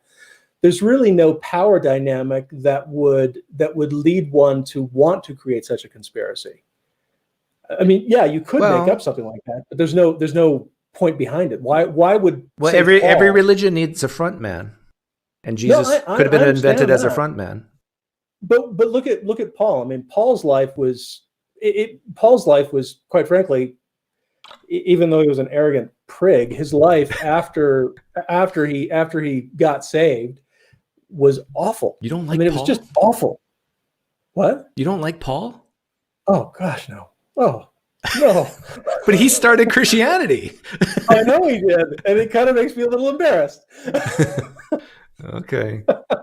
But why does it bother you so much when some atheists, I don't even know what percentage it would be. My guess it's still a minority percentage. Why does it bother you that they're mythicists? Because I don't like dishonesty. I really don't like dishonesty. But they're not being dishonest. I think maybe some of them are, but I bet you if you were to hook up a lie detector to some of them, I'd say most of them, they honestly believe that there's not enough evidence to say Jesus actually exists. They believe that. Now they could be wrong in their belief, but I don't think they're lying. See, I don't know if I agree with that. I think they're so hell bent on getting people on trying to convince people that Christianity is rubbish that they're going to do absolutely everything that they can to poke holes in absolutely everything, even though it's not rationally realistic to poke holes in certain things. Now, if I were to say that, Christians would accuse me of psychologizing. They would. But I'll let you say it. Oh, you can accuse me of psychologizing all day long. No, I'm saying some people might say that, but not me, not me. But it doesn't bother me. It doesn't bother me when I hear my fellow tribe members saying that. It's like, because I don't have anything to really defend. Like, who cares? Sure. If most people view atheists as stupid, I'm okay with that. Like, it doesn't bother me.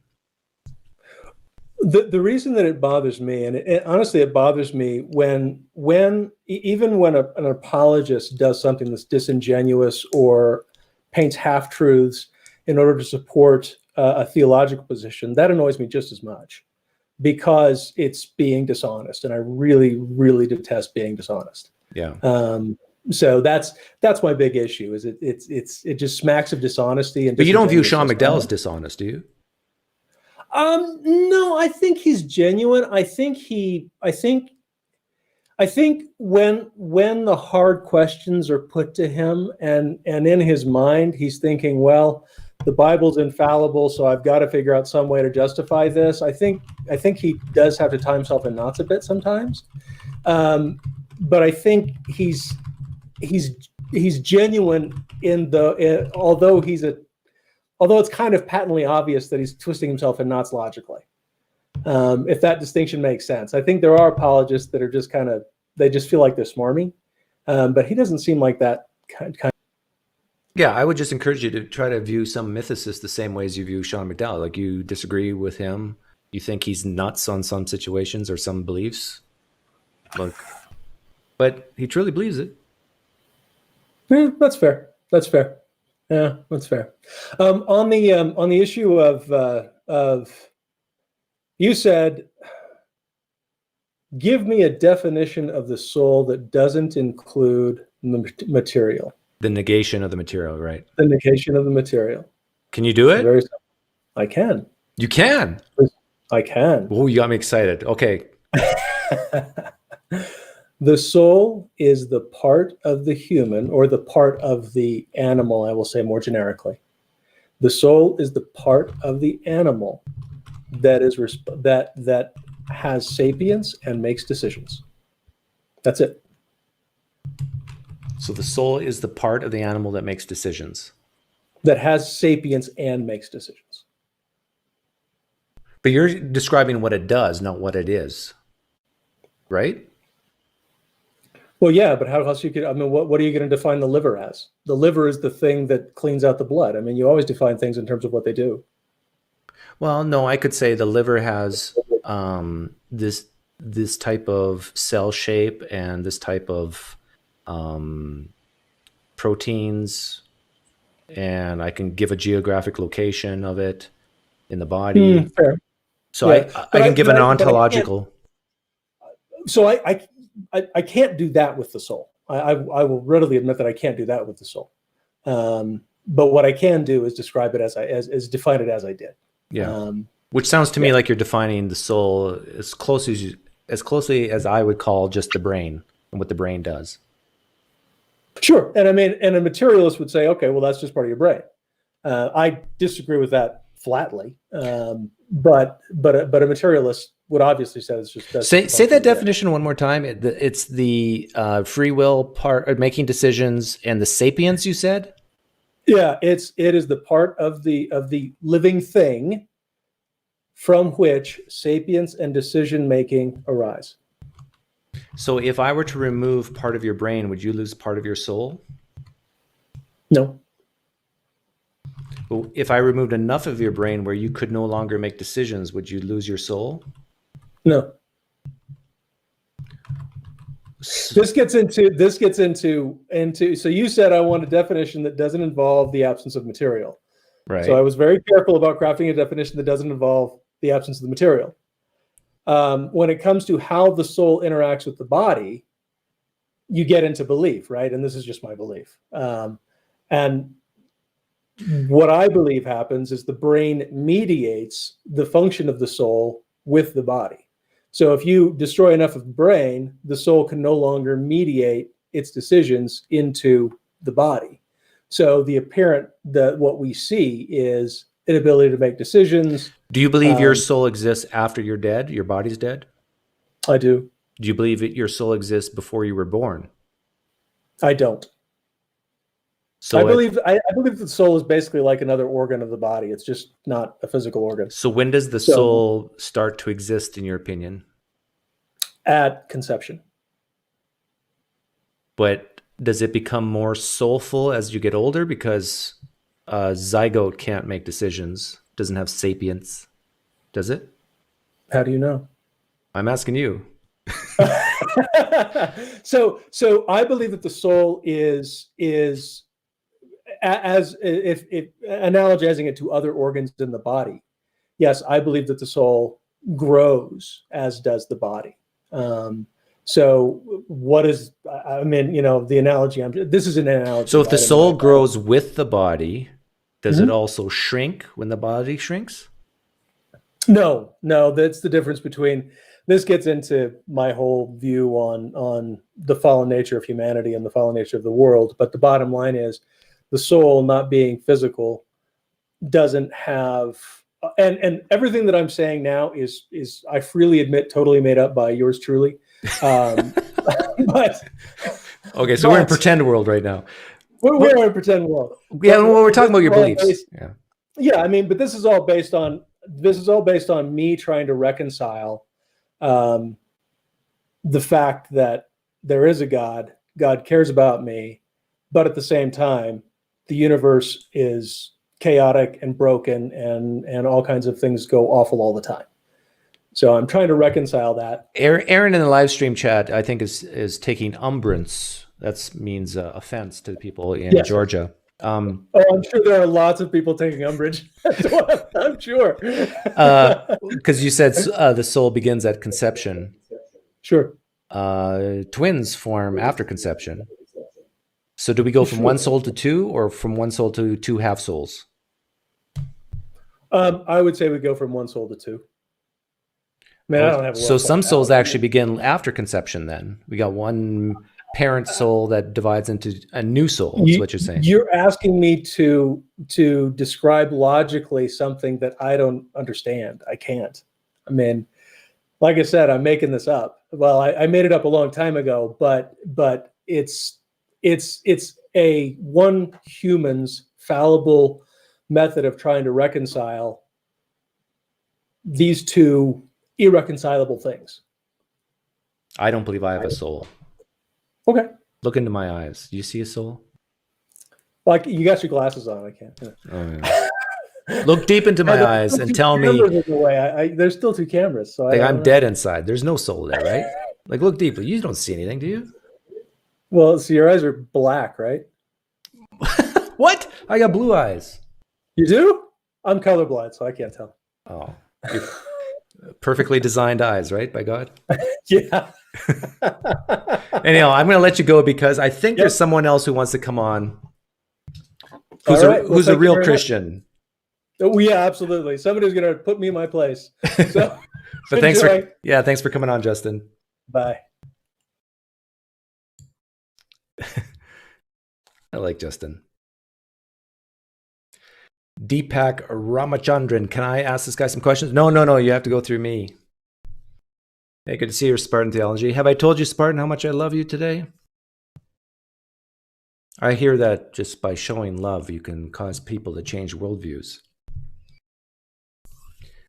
The line's open if someone wants to come in. But I know most of you Christians are scared. I'll be nice. Look how nice I was with Justin.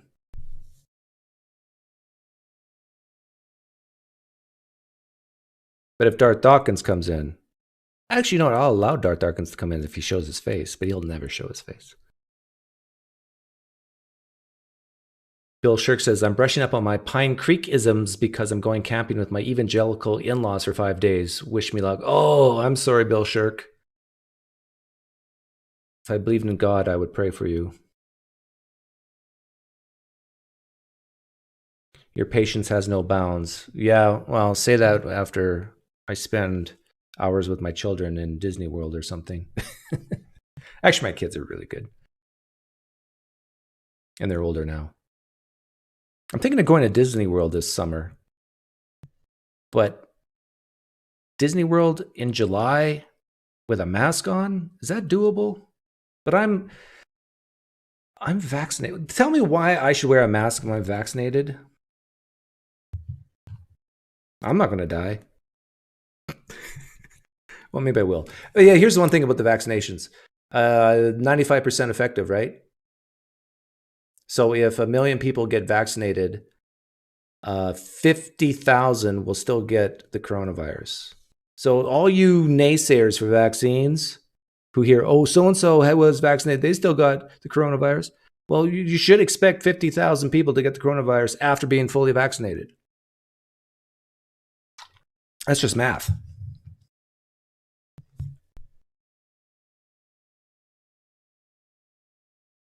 I've seen that one, Bob Smith, the split brain one. Yeah. Very interesting. That one half of your brain can believe in God, and the other half of your brain may not. Go to Disney World in the winter. Well, then, my wife works, she's a teacher, and my kids go to school. It's kind of tough. Unless you go during Christmas break, and then it's so busy. Although it's going to be busy in summer.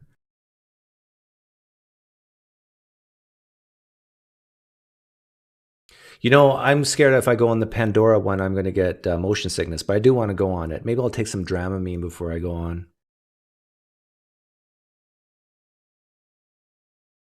Some of the vaccines don't even lower chances of catching. It lessens the effects. Yeah, I'm not sure if that's... I don't think anybody knows whether it's true or not. But I think if you want to incentivize people to get vaccinations, tell them you don't have to wear a mask if you get vaccinated, no matter where you are. That's a huge incentive. And it's for the greater good. The CDC should say that if they want the greater good. If they want more people to be vaccinated, say, here's the pros. You don't have to wear this dang mask. If you tell people, oh, you just still got to wear a mask when you're indoors in restaurants and stuff, then why get vaccinated? Especially if you're like under the age of 30. You're not going to incentivize people that way. You listening, CDC? Does Myron caddy? No, Myron, he does not caddy when I golf because he just frustrates me too much. I'd shank every ball if he was around me. I'm still bitter for that he sued me in court. R.S. Sid said the link's not working. He also said that he can't see the pin. Everybody here can see that I pinned the tweet, right, or the link, right? Except for him.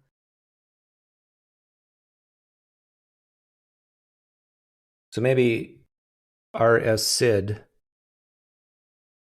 It's not the sharpest knife in the drawer. Oh, now he's going to come in and I said that. Forgive me, for I have sinned. I vaccinate believers with a safe amount of doubt. Yes, I give them more than one dose. The PineCreek vaccine is like multiple doses every week for years. And it slowly helps you build up a resistance against apologists.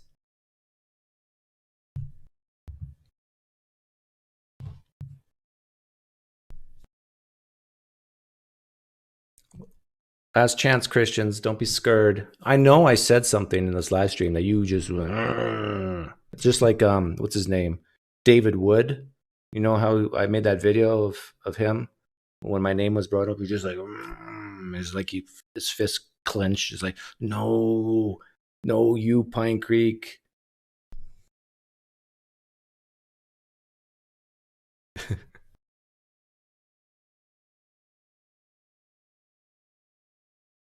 Did the vaccine make me puke? No, but it made me hallucinate.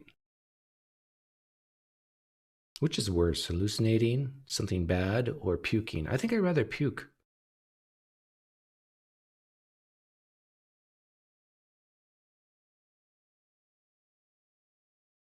Yeah, my wife didn't have much problem on the second dose of Pfizer, but I sure did. Oh my goodness. So the good news is it doesn't last long, but if you're thinking, I should rephrase it. When you get the vaccine, I'll be positive. When you get the vaccine, do it with the expectation that you will miss work for at least a day or two, that you will be bedridden for a day or two. We've got to tell the truth to people that some people is going to have, for some people, you're going to have a really, really bad experience. Let's not sugarcoat it here. Now, it's for the greater good, but let's not lie's the wrong word. Let's not pretend that there's not problems.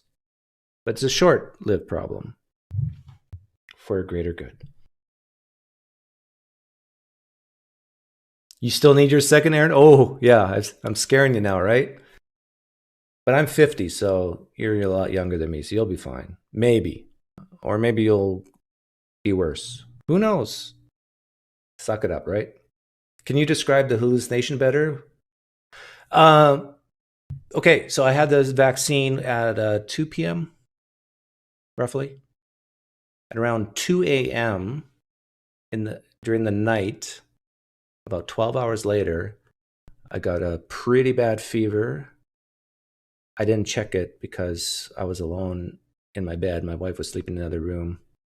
And I was sweating buckets and yet like shivering in cold.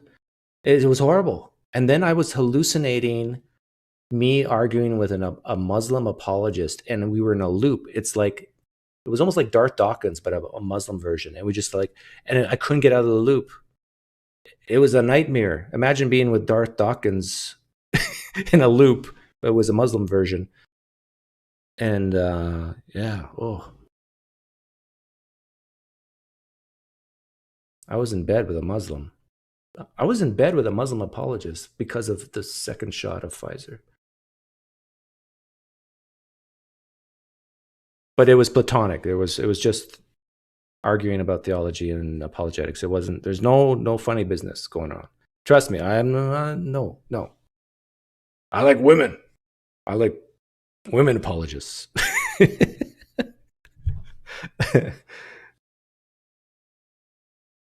No, it's not a joke, Jerome. I seriously hallucinated a Muslim apologist on the second shot of Pfizer. Not joking.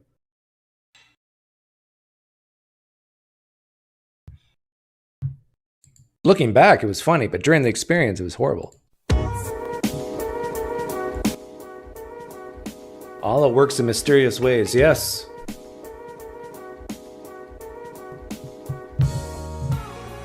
Maybe I'm the next Nabil Qureshi. Less than 2% die from COVID, less than 5% hospitalized. Keep your jab. True.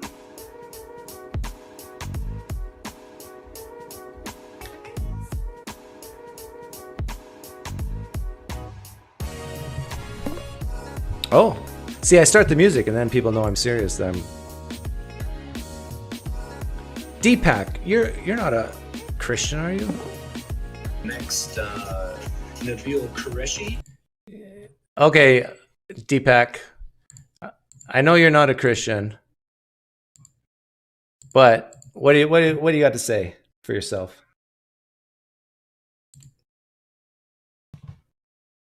Oh, good. I'm an expert. You come to the right place.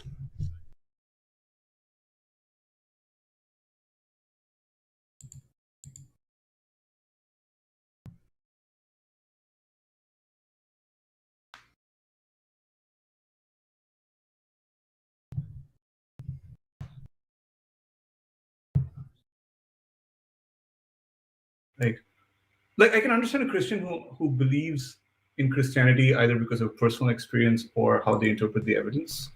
But why is it so important that you have to believe, like, to attain salvation and grace, you have to believe in Christ, the resurrection, the flood, and everything. Like anyone with a yeah. Well, so your question is, why is it so important to young Earth creationists who don't believe in evolution? Why is it so important to them?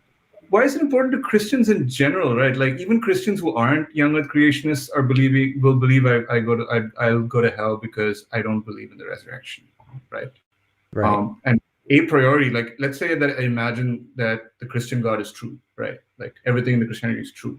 Like I would still expect that a loving, reasonable God would still decide whether I go to heaven or not, independent of whether I believe it. Like why would a God care if I believed in him or not? Like it doesn't make sense to me. So maybe. Well, you're right. Some Christians would say that the God of Christianity doesn't care whether you believe in him or not. Well, no, let me rephrase it. They want you. God wants you to believe in him, but it's more than that because demons believe in him, right? Yeah, Lucifer believes in him. Yeah. So God wants you to trust him and follow him. But the first step in doing that is to, well, depending on which Christian you ask, but who cares about steps? But some of the steps is to repent, to confess with your mouth that Jesus is Lord, take up your cross and follow him. There's many ways, many things I could say to describe what it takes to be a Christian and go to heaven. Be elect. Right. But I think you would agree with me that Christians, to some extent, like pick and choose their beliefs in a semi-convenient way, right? Like with other things that contradict, like the Bible, they like to harmonize, right? So what I'm trying to say is, like, I feel like there's some kind of psychological thing that makes. So, for example, right, like even a Christian who denies the flood but otherwise believes in the rest of the doctrine. Mm-hmm. Other Christians would say that like just not believing in the flood is enough to condemn you to hell. That seems weird to me. You know, like. Yeah, this is why Muslims don't like Christianity. One of the reasons is because belief, just acknowledging a proposition, doesn't make sense if that determines your eternal destination. Yeah, that's yeah. I feel like there's I don't know. Yeah, but I think a lot of Christians would say what I said. It's that it's more than just belief. It's about what they would say: belief that versus belief in, trust in versus trust that. And so it's a lifestyle. Paul says that people who live a certain lifestyle in a negative way will not inherit the kingdom of heaven. So as much as Christians want to brag that it's all about grace, it's a free gift, no, there's definitely things you can do to keep yourself out of heaven. Works versus grace. Yeah. Grace. But interesting enough, Jesus never used the word grace in the Gospels, not once. What does he use? It's closest. It's more works. The Gospels and the book of James are basically works-based salvation. Like every time Jesus was asked, how do I receive eternal life? He answers, do stuff. Like sell your possessions, give to the poor. In the book of James, it's run the good race. If you don't finish the finish line, you're not going to make it. But Paul was all about the opposite. Not the opposite, but he was about there's nothing you can do. And God chooses you before the foundations of the universe. Yeah. When I was young, like, I thought Hinduism was the crazy religion, like, 3.5 million gods, and Christianity made more sense because it was simple. Like, what I knew about Christianity was like things like, was it the lines and like the Sermon on the Mount and 2 Corinthians where they talk about love, and it all made, it was like, wow, this is kind of makes sense. I mean, I don't believe in a God, but the morals and everything is all nice. That's all I knew about Christianity until I started watching your channel, honestly. It's like, wow, there's all this other stuff. Now I'm not sure anymore, which is, at least in Hinduism, we have a more universal perspective, right? Like Hindus, I don't think believe that you have to be a Hindu. Like you could be a moral person, I think, and reach wherever you want to go. Are you in the U.S.? Yeah, I'm in California. Yeah. Okay, so we're I grew neighbors. up in yeah. Do you know California is as big as Canada in population? I do. I think it's, yeah, I do. It's pretty close. And I think, I'm not sure if Canada has a bigger GDP than California. Isn't that weird? I think California is also comparable to France, or like I've heard that before. Like it has a. Yeah. California might have a bigger GDP than India. For all I know. See, it is way better to live in Arizona or Nevada and do business in California than live in California and do business in California. Yeah. Like how can you afford living there? I have a really good job that pays me a lot. That's all the truth. I mean, okay, yeah. Do you rent or own? I own. How many pine points did your house cost? Oh gosh, what's the exchange rate? The average house in is about it's something below 2 million. Wow. How many square feet are in your house? 3,000. Okay, my house is 3,000 square feet. How many bedrooms? 4. Oh yeah, I got 4 bedrooms plus an office, so I have 5 rooms. Plus I got a den. Plus I have a pool. So. Oh, you got a pool? Oh, well. Plus I'm in a gated community. So, how much did you pay for your house? This is getting awfully personal. I paid that. I don't mind. I paid 2.8 something. 2.8 million. Yeah. Now, yeah. Guess how much I paid for my house in Arizona? 500,000. That's a pretty good guess. 452. Oh wow! Yeah. All right. Yeah. No. Yeah. If I could, like you said, if I could live in Arizona, like 5 times more for the same house, or is your house like really souped up? Does it have? It's not souped up. No, it's not. It's not like some Bill Gates thing. It's a decent house. I mean, we didn't have to do much work on it when we moved in. Yeah. No, it's the area, right? It's being close to the tech industry where I work. So yeah. Yeah, no, I get super nervous when I think about like how, you know, it's like everything depends on, like, if things move, like if tech or whatever moves elsewhere, right? Like the house prices here can tank so easily, and a lot of my net worth is tied into the house. So, You know, your house is going to fall into the Pacific someday, right? well, I've got plans for that. I'm moving to Arizona. Well, you might not have time to pack and get the kids in the car and. Oh, it's 30 years or something, right? I mean, yeah. Like where I live is going to be beachfront property someday. Well, no, I'm a little further east, but. Yeah, if any like house open, if you see like a for sale sign down the road, let me know. I'd love to move in. No, but you know, I'll tell you, I do like living in the Bay Area, especially when it's I mean, the weather is nice. I'm sure I'd probably find Arizona nice too. But there's a nice multiculturality to it that I find comfortable, you know? Yeah. Yeah. Okay, well, I'm going to take off. Thanks for hopping on. Yeah, thanks for having me. Yeah. Take care, Deepak. Sure. It looks like Sid couldn't figure it out. Your house would be easily worth $2 million or more in Toronto. Yeah, I believe it. Or Vancouver. Or Portland. Yeah, Kansas is even cheaper than Arizona. Right?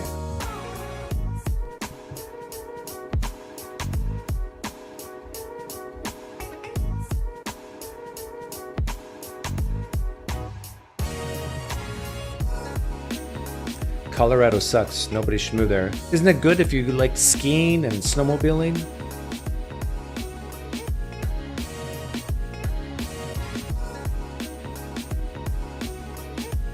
God start everything, except for himself, right, Catholic Mark?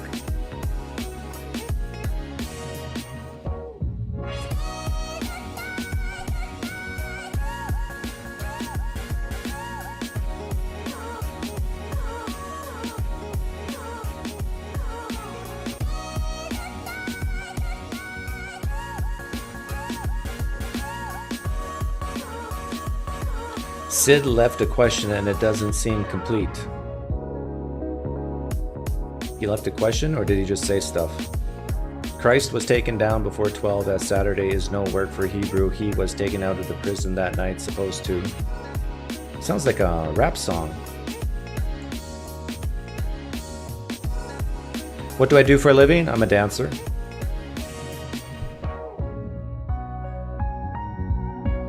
I'm a tropical dancer.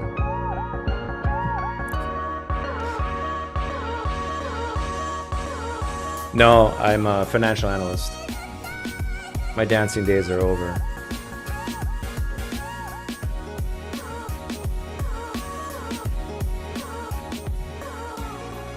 Jesus was 33 years old and he was crucified on a Friday. The Jew don't work on Saturday.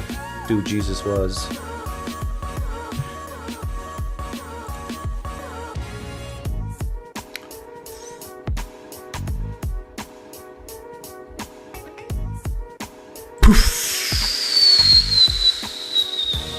My apologies to Sean McDowell, both the Christian version and the atheist version. He was scheduled to come on and defend his views, but we ran out of time.